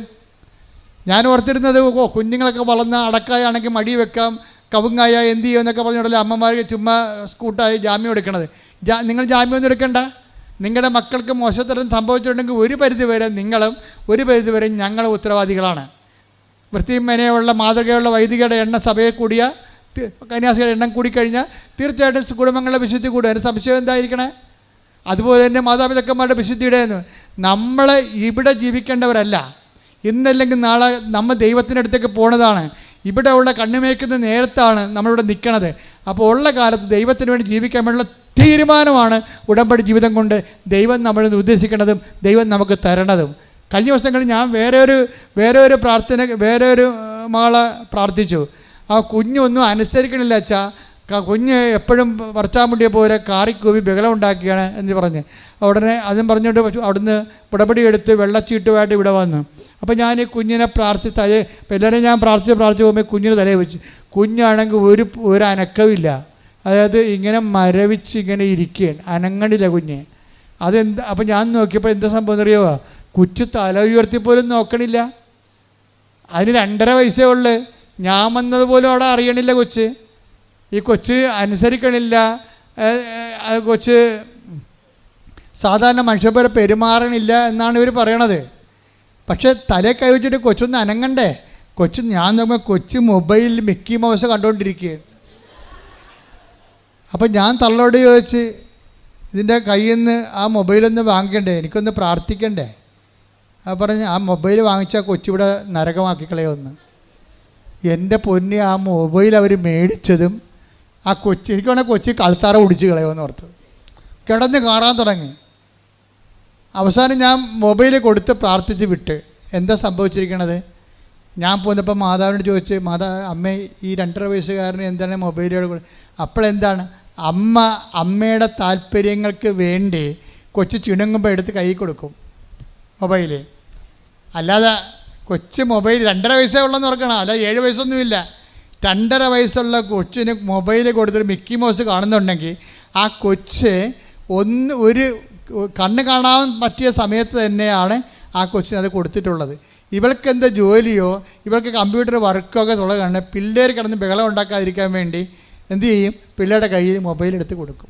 പണ്ടാണെങ്കിൽ അമ്മമാരിങ്ങനെ തേനൊക്കെ ഇട്ടിട്ട് ഒരു സാധനം ഉണ്ടല്ലോ, ഇപ്പോഴത് ചപ്പണത്, അത് കൊടുത്തെങ്കിൽ കുഴപ്പമില്ല, ഇത്തിരി തേനല്ലേ പോകത്തുള്ളൂ നമുക്ക്. അതിന് പകരം മൊബൈൽ കൊടുത്തപ്പോൾ എന്നാ പറ്റി? ഇനി ഈ ജന്മത്തെ ആ പണ്ടാരത്തിൻ്റെ കയ്യിൽ നിന്ന് മൊബൈൽ എടുക്കാൻ പറ്റത്തില്ല.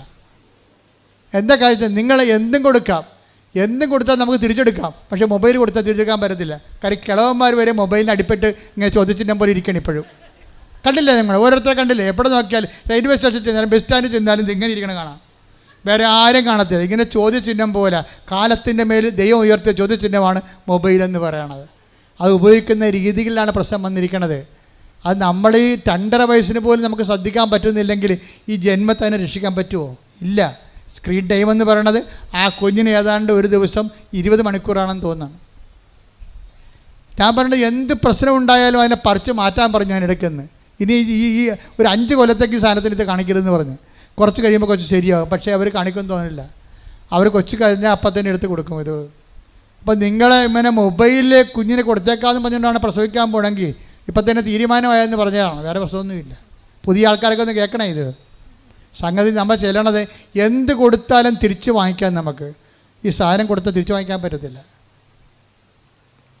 അപ്പം അതുകൊണ്ട് തന്നെ നമ്മൾ വിചാരിച്ചാൽ മക്കളെ വൃത്തിയും മേനയായിട്ട് വളർത്താൻ പറ്റും. വിചാരിച്ചില്ലെങ്കിൽ സ്വാഭാവികമായും മക്കളുടെ രീതിയിൽ വളർന്നു പോകും. വിശുദ്ധിയുടെ കാര്യം ഇത് തന്നെയാണെന്ന് ഞാൻ പറഞ്ഞത്. ഞാൻ വിശുദ്ധിയെക്കുറിച്ച് പറയാനാണ് കറങ്ങിത്തിരിഞ്ഞ് വന്നത്. വിശുദ്ധി ഇത്രയേ ഉള്ളൂ. വിശുദ്ധി പാടുള്ള വിഷയമാണെന്ന് നമ്മളോട് പറഞ്ഞത് പിശാചാണ്, അല്ല ദൈവമല്ല.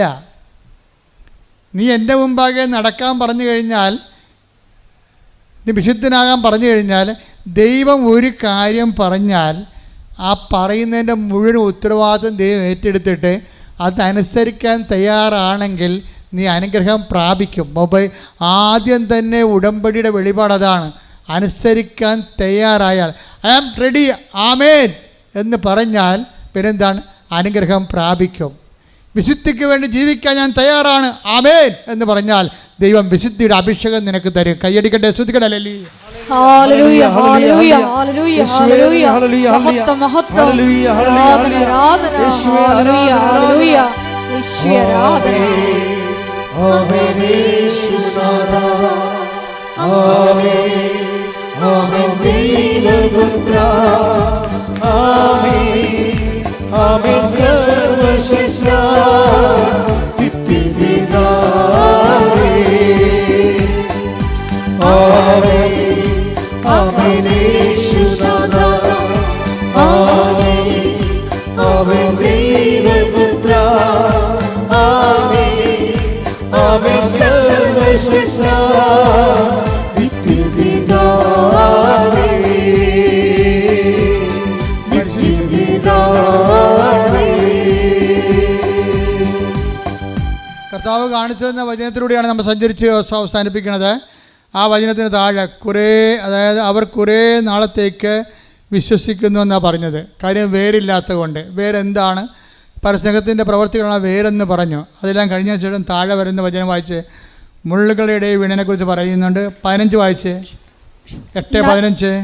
നല്ല നിലത്ത് വീണതോ പറഞ്ഞു. നല്ല നിലത്ത് വീണതോ നല്ല നിലത്ത് വീണതോ വചനം കേട്ട് ഉത്കൃഷ്ടവും നിർമ്മലവുമായ ഹൃദയത്തിൽ അത് സംഗ്രഹിച്ച് ക്ഷമയോടെ ഫലം പുറപ്പെടുവിക്കുന്നവരാണ്. ഇതാരാണ് ശരിക്കും പറഞ്ഞ? ഇതാണ് മറിയമെന്ന് പറയുന്ന ആള്. പിടികിട്ടിയ?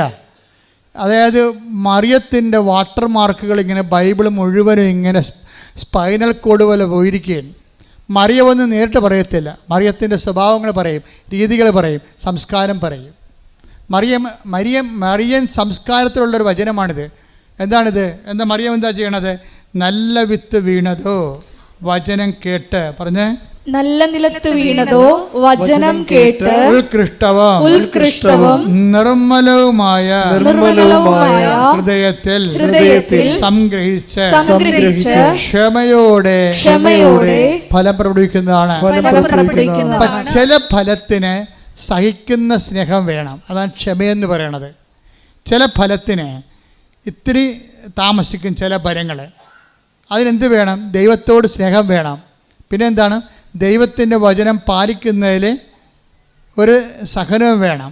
അല്ലാതെ ഉടമ്പടി എടുത്തല്ലോ, എനിക്ക് കിട്ടിയില്ലല്ലോ, അവൾക്ക് കിട്ടിയല്ല, ഉടമ്പടി എടുക്കാത്ത അവൾക്ക് കിട്ടിയല്ല എന്ന് പറഞ്ഞിട്ടുണ്ട് ഞാൻ ഉടമ്പടി ഡൗൺ ആക്കരുത്. ക്ഷമ പോയെന്നതിൻ്റെ അർത്ഥം മനസ്സിലായില്ലേ? ക്ഷമയെന്ന് പറഞ്ഞാൽ സഹിക്കുന്ന സ്നേഹത്തിനാണ് ക്ഷമയെന്ന് പറയണത്. അപ്പോൾ അതുപോലെ തന്നെ ആ ക്ഷമ ചില കാര്യങ്ങൾ നിറവേറാൻ ദൈവത്തിൻ്റെ സമയം. ദൈവത്തിൻ്റെ സമയമുണ്ട്. ആ ദൈവത്തിൻ്റെ സമയമാണ് നിനക്ക് കുറിച്ച് തരണത്. അപ്പോഴേ ദൈവത്തിൻ്റെ സമയം കുറിച്ചാൽ എല്ലാം ശരിയായിരിക്കും. ഇപ്പോൾ ഉടമ്പടി എനിക്ക് അമ്മ പ്രത്യക്ഷപ്പെട്ട് ദുരന്തമുണ്ടാകാൻ പോണ പ്രാർത്ഥിക്കണമെന്ന് പറഞ്ഞപ്പോൾ തന്നെ അമ്മയ്ക്ക് വേണമെങ്കിൽ എനിക്ക് ഉടമ്പടി തരാമായിരുന്നു. തന്നില്ലല്ലോ. പിന്നെ എത്ര കൊല്ലം കഴിഞ്ഞാണ് തന്നത്? അമ്മ പ്രത്യക്ഷപ്പെട്ടതിന് ശേഷം അപ്പം 11 കൊല്ലം കഴിഞ്ഞാണ് ഉടമ്പടി തന്നത്. ആ ഉടമ്പടി തന്നെങ്കിലും അത് കോവിഡ് വരെ ഒരുമാതിരിപ്പെട്ട ഒരു ഫസ്റ്റ് ലെയർ ആൾക്കാർ ഉടമ്പടി എടുത്തു കഴിഞ്ഞോ? കോവിഡ് കഴിഞ്ഞപ്പോൾ ഇത്ര പെട്ടെന്ന് ഉടമ്പടി വളർന്നു വരാൻ കാര്യം ആ ഉടമ്പടി 18 വരെ എടുത്തു പോയവർക്ക് ഫലമുണ്ടായി. അവരെല്ലാം സാക്ഷ്യങ്ങളും കൊണ്ടാണ് ഉടമ്പടി നമ്മളുടെ ഈ കോവിഡ് കഴിഞ്ഞപ്പോൾ കൃപാസനത്തിലേക്ക് വന്ന ജനം എന്തുകൊണ്ടാണ് വന്നത്? 16-ലും 17-ലും 18-ലും അവർക്ക് കിട്ടിയ വലിയ സാക്ഷ്യങ്ങൾ കൊണ്ട്. They are coming caring the shapes എന്ന് പറയത്തില്ലേ? അവർ കരഞ്ഞുകൊണ്ട് വിത്തുമായിട്ട് വന്നവരെ വിതച്ചിട്ട് പോയവരെ അവർ തിരികെ കറ്റയുമായി കൊയ്ത കറ്റയുമായി സന്തോഷത്തോടെ ആർപ്പോടെ തിരിച്ചു വന്നു. അവിടെ ആർപ്പ് വിളികളാണ് സാക്ഷ്യമായിട്ട് നമ്മൾ കേട്ടുകൊണ്ടിരിക്കുന്നത്. അതുകൊണ്ട് തന്നെയാണ് ആർപ്പ് വിളികളാണ് സാക്ഷ്യങ്ങൾ. അത് കേൾക്കുമ്പോൾ ആമേൻ പറയുകയും ഹല്ലേലൂയ പറയുകയും എന്നെയും ആർപ്പ് വിളിക്കാൻ അവകാശി ഓഹരിയാക്കണമെന്ന് പ്രാർത്ഥിച്ചുകൊണ്ട് ഇടിമുഴക്കം പോലെ ശ്രദ്ധിക്കട്ടെ.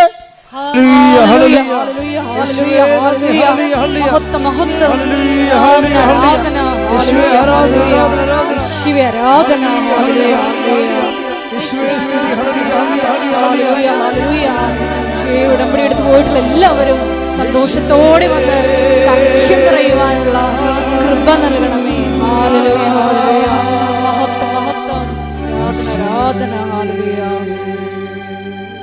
അപ്പോൾ സമയം, ചില കാര്യങ്ങൾക്കുള്ള സമയം ദൈവം നിശ്ചയിക്കും. ആ നിശ്ചയിക്കുമ്പോൾ അത് ഒന്നൊന്നര സമയമായിരിക്കും. എല്ലാ കാര്യവും ഒത്തുവരണ സമയം ദൈവത്തിനറിയാം.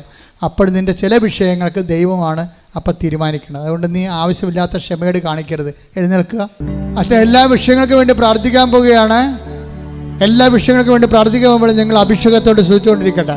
അടിപ്പട പോലെ വൈദാഖ്യ ദൈവികമായ ശക്തി ഉച്ചമുതൽ ഉള്ളംകാല് വരെ അഴിച്ചിറങ്ങിക്കൊണ്ട് എല്ലാ കോശങ്ങളെയും പേശികളെയും അസ്ഥികളെയും അസ്ഥിക്കുടകളെയും അസ്ഥിസന്ധികളെയും കർത്താവിന് കൃപയെ നിറക്കുന്ന സമയമാണ്. ഇടിമുഴക്കം പോലെ ശ്രദ്ധിക്കട്ടെ. കർത്താവേ, നിന്റെ ഉന്നതമായ നാമത്തിന് സ്തോത്രം ചെയ്യുന്ന കർത്താവേ, നിന്റെ വിശുദ്ധ പൗരോഹിത്യത്തെ മഹത്വപ്പെടുത്തണമേ. കർത്താവേ, സഭയിലുള്ള സാന്നിധ്യം പ്രകടമാക്കണമേ. അത് 38 വർഷം ഞാൻ അർപ്പിച്ച കൃപാന്റെ യോഗ്യതയാൽ കൃപാസാൽത്താറെ ജീവനോടെ പ്രത്യക്ഷപ്പെട്ട പരിശുദ്ധാമ്മയുടെ മാധ്യസ്ഥത്തില് ഉച്ചമുതൽ ഉള്ളംകാല് വരെ കർത്താവിൻ്റെ രക്തം വളരട്ടെ. കർത്താവ് അസ്ഥിക്കുഴികളുടെ സന്ധിബന്ധങ്ങളിലും മാംസപെരുത്തുകളിലും കർത്താവിൻ്റെ രക്തം വളരട്ടെ. എൻ്റെ കർത്താവിൻ്റെ ഉന്നതമായ നാമത്തിൽ, എൻ്റെ കർത്താവ് ഉന്നതമായ നാമത്തിൽ സഭയുടെ അധികാരത്തിൽ കുശിൻ്റെ അടയാളത്തിൽ മാരകരോഗങ്ങൾ, തീരാവേദികൾ യേശുനാമത്തിൽ മാറിപ്പോകട്ടെ. എപ്പിലെപ്സി രോഗങ്ങൾ, തൈറോയിഡ് രോഗങ്ങൾ, ക്യാൻസർ രോഗങ്ങൾ, കരരോഗങ്ങൾ, കിഡ്നി രോഗങ്ങൾ, ഫിസ്റ്റുല രോഗങ്ങൾ, PCOD രോഗങ്ങൾ, കരരോഗം യേശു ക്രിസ്തുവിന്റെ നാമത്തിൽ മാറിപ്പോകട്ടെ. കർത്താവ് മുതുക പൊന്തിയ അവസ്ഥകൾ, കിഡ്നി രോഗങ്ങൾ, വിസർപ്പ രോഗങ്ങൾ, സോറിയാസിസ് രോഗങ്ങൾ, ചിരങ്ക് രോഗങ്ങൾ, ത്വക്ക് രോഗങ്ങൾ കർത്താവിൻ്റെ വിശുദ്ധമായ രക്തത്താൽ കഴുകപ്പെടട്ടെ. കർത്താവേ, സാമ്പത്തിക തകർച്ചയുള്ളവരെ, ജോലിയില്ലാത്തവരെ, വീടില്ലാത്തവരെ, വഴിയില്ലാത്തവരെ, വെളിച്ചമില്ലാത്തവരെ, വിവാഹമൊത്തു വരാത്തവരെ കണ്ണുനീരോടെ പ്രാർത്ഥിക്കുന്നു. കർത്താവേ, നിന്റെ വിശുദ്ധ പൗരോഹിത്യത്തെ മഹത്വപ്പെടുത്തണമേ. കർത്താവേ, നിന്റെ വിശുദ്ധ പൗരോഹിത്യത്തെ മഹത്വപ്പെടുത്തണമേ. കർത്താവേ, സഭയിലുള്ള സാന്നിധ്യം പ്രകടമാക്കണമേ. കർത്താവേ, നിന്റെ ഉന്നതമായ നാമത്തിലെ സ്വർഗം തുറക്കണമേ. കർത്താവിന്റെ ശക്തി, കർത്താവിന്റെ കൃപ മക്കളുടെ കൊടുക്കട്ടെ. മാരക രോഗങ്ങള്, തീരാവേദികള്, ജീവദുരിതങ്ങള്, വസ്തുവില്ലാത്തവര്, വീടില്ലാത്തവര്, സ്ഥലമില്ലാത്തവര്, ജോലിയില്ലാത്തവര്, രേഖകള്, സർട്ടിഫിക്കറ്റുകള്, കുടുങ്ങിപ്പോയവര്, വിദ്യാഭ്യാസ മേഖലകളില്, ജോലി മേഖലകളില്, യാത്രാ മേഖലകളില്, എല്ലാ തരത്തിലുള്ള ജീവിത വിളികളുടെ മേഖലകളിലുള്ള നിലവിലുള്ള തടസ്സങ്ങള് യേശു ക്രിസ്തുവിന്റെ നാമത്തില് മാറിപ്പോകട്ടെ. എല്ലാ രോഗങ്ങളും സുഖപ്പെട്ടുകൊണ്ട് അങ്ങയുടെ നാമത്തെ ആരാധനയിലൂടെ വീണ്ടും വീണ്ടും മഹത്വപ്പെടുത്തണമേ. Hallelujah, hallelujah. സദയം തുടരേ സുഖമായി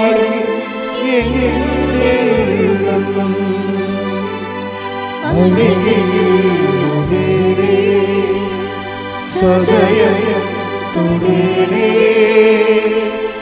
സുഖമായി മുട്ടേദിക്കുക, മൗനമായി പ്രാർത്ഥിക്കുക സ്വന്തം ആവശ്യത്തിന് വേണ്ടി.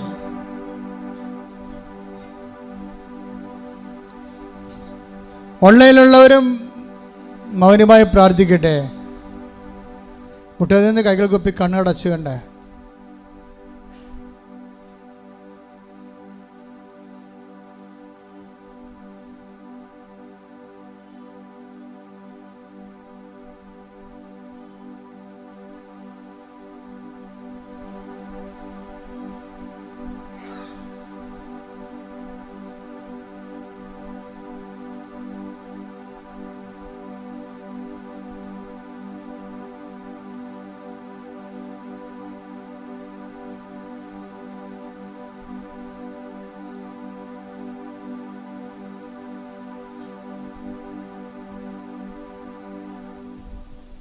നമുക്ക് സമാപന ആശീർവാദം സ്വീകരിക്കാം. ക്രിസ്മസ് നിങ്ങളെ പ്രത്യേകം ആശംസിക്കാൻ എനിക്ക് ആഗ്രഹമുണ്ട്. പക്ഷേ നമ്മളെപ്പോഴും ഉടമ്പടിയിലുള്ളവർ എപ്പോഴും ക്രിസ്മസിലാണ്.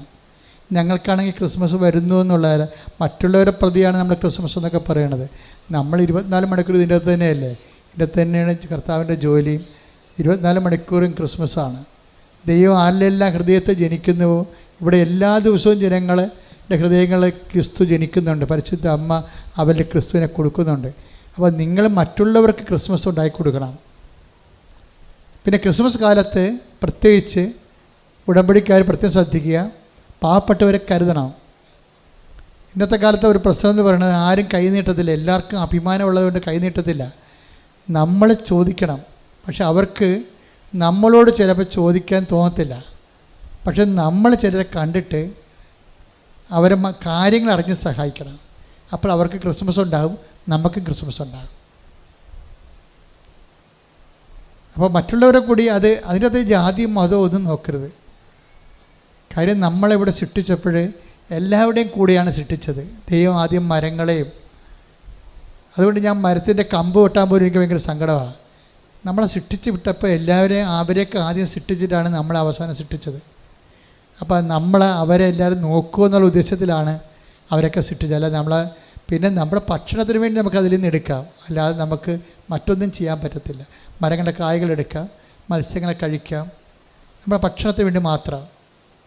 അപ്പം അതുകൊണ്ട് എല്ലാവരെയും സൃഷ്ടിച്ചതിന് ശേഷം ആണ് നമ്മളെ സൃഷ്ടിച്ചത്. അതിൻ്റെ ഒരു കാര്യം, നമ്മൾ അതുങ്ങളെ നോക്കുമെന്നാണ്. വെള്ളം പോലും സൃഷ്ടിക്കുമ്പോൾ വെള്ളം ശുദ്ധിയായിട്ട് സൂക്ഷിക്കണം. അത് നമ്മുടെ ഒരു ജനിതകമായ ഒരു ഉത്തരവാദിത്വമാണ്. പൊതു ഇടങ്ങളെ സംരക്ഷിക്കുക, വിശുദ്ധിയോടെ പരിസരങ്ങൾ സംരക്ഷിക്കുക എല്ലാം. അപ്പോൾ അതെല്ലാം എവിടെയെല്ലാം നിങ്ങളത് ക്രിസ്തുവിൻ്റെ വാക്കനുസരിച്ച് ക്രിസ്തുവിനെ സംരംഭമാക്കുന്നുവോ അവർക്കെല്ലാം ക്രിസ്മസാണ്. സോ എല്ലാവർക്കും ഹാപ്പി ക്രിസ്മസ്. കൈയടിച്ചുകൊണ്ട് ഒരിക്കൽ കൂടി മരിയനുടമ്പിൽ സമർപ്പിച്ചിരിക്കുന്ന എല്ലാ വിഷയങ്ങളും ദൈവമാതാവിൻ്റെ മധ്യസ്ഥയിലെ ദിവ്യകാരുണ്യ സന്നിധിയിൽ സമർപ്പിച്ച് ഒരു നിമിഷം നമുക്ക് മൗനമായിട്ട് പ്രാർത്ഥിക്കാം. 2 പത്രോസ് 1:17 തിരുവചനം അനുസരിച്ചുകൊണ്ട് ഈശോയെ ഞങ്ങളുടെ വിളിയും തിരഞ്ഞെടുപ്പും ഉറപ്പിക്കുന്നതിൽ കൂടുതൽ ഉത്സാഹമുള്ളവരായി ഉടമ്പടി നിബന്ധനകളും ഒപ്പം തന്നെ ഞങ്ങളുടെ ജീവിത ഉത്തരവാദിത്വങ്ങളും വിശ്വസ്താപൂർവം പാലിച്ചുകൊണ്ട് സ്നേഹത്തിൽ വേരുവാകി ഉറയ്ക്കുവാൻ ഈശോയെ ആരാധനയിലൂടെ ഞങ്ങളെ അഭിഷേകം ചെയ്യണമേ എന്ന് പ്രാർത്ഥിച്ചുകൊണ്ട് നമുക്ക് ശിരസ് നമിച്ച് ദിവ്യകാരുടെ നാഥൻ്റെ ആശീർവാദം സ്വീകരിക്കാം.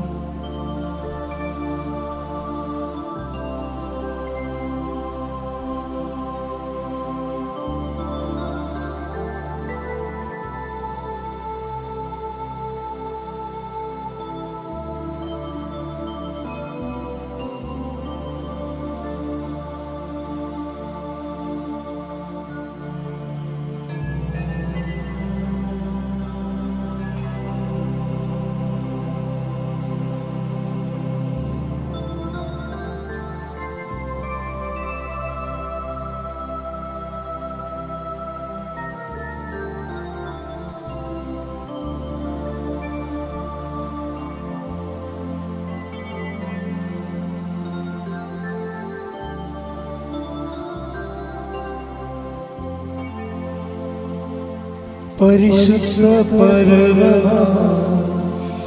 ദിവ്യകാരുണ്യമേ, ഇന്നും എന്നും അങ്ങേക്ക് ആരാധന. പരിശുദ്ധ പരമ ദിവ്യകാരുണ്യമേ, ഇന്നും എന്നും അങ്ങേക്ക് ആരാധന. പരിശുദ്ധ പരമ ദിവ്യകാരുണ്യമേ, എന്നും എന്നും അങ്ങേക്ക് ആരാധന.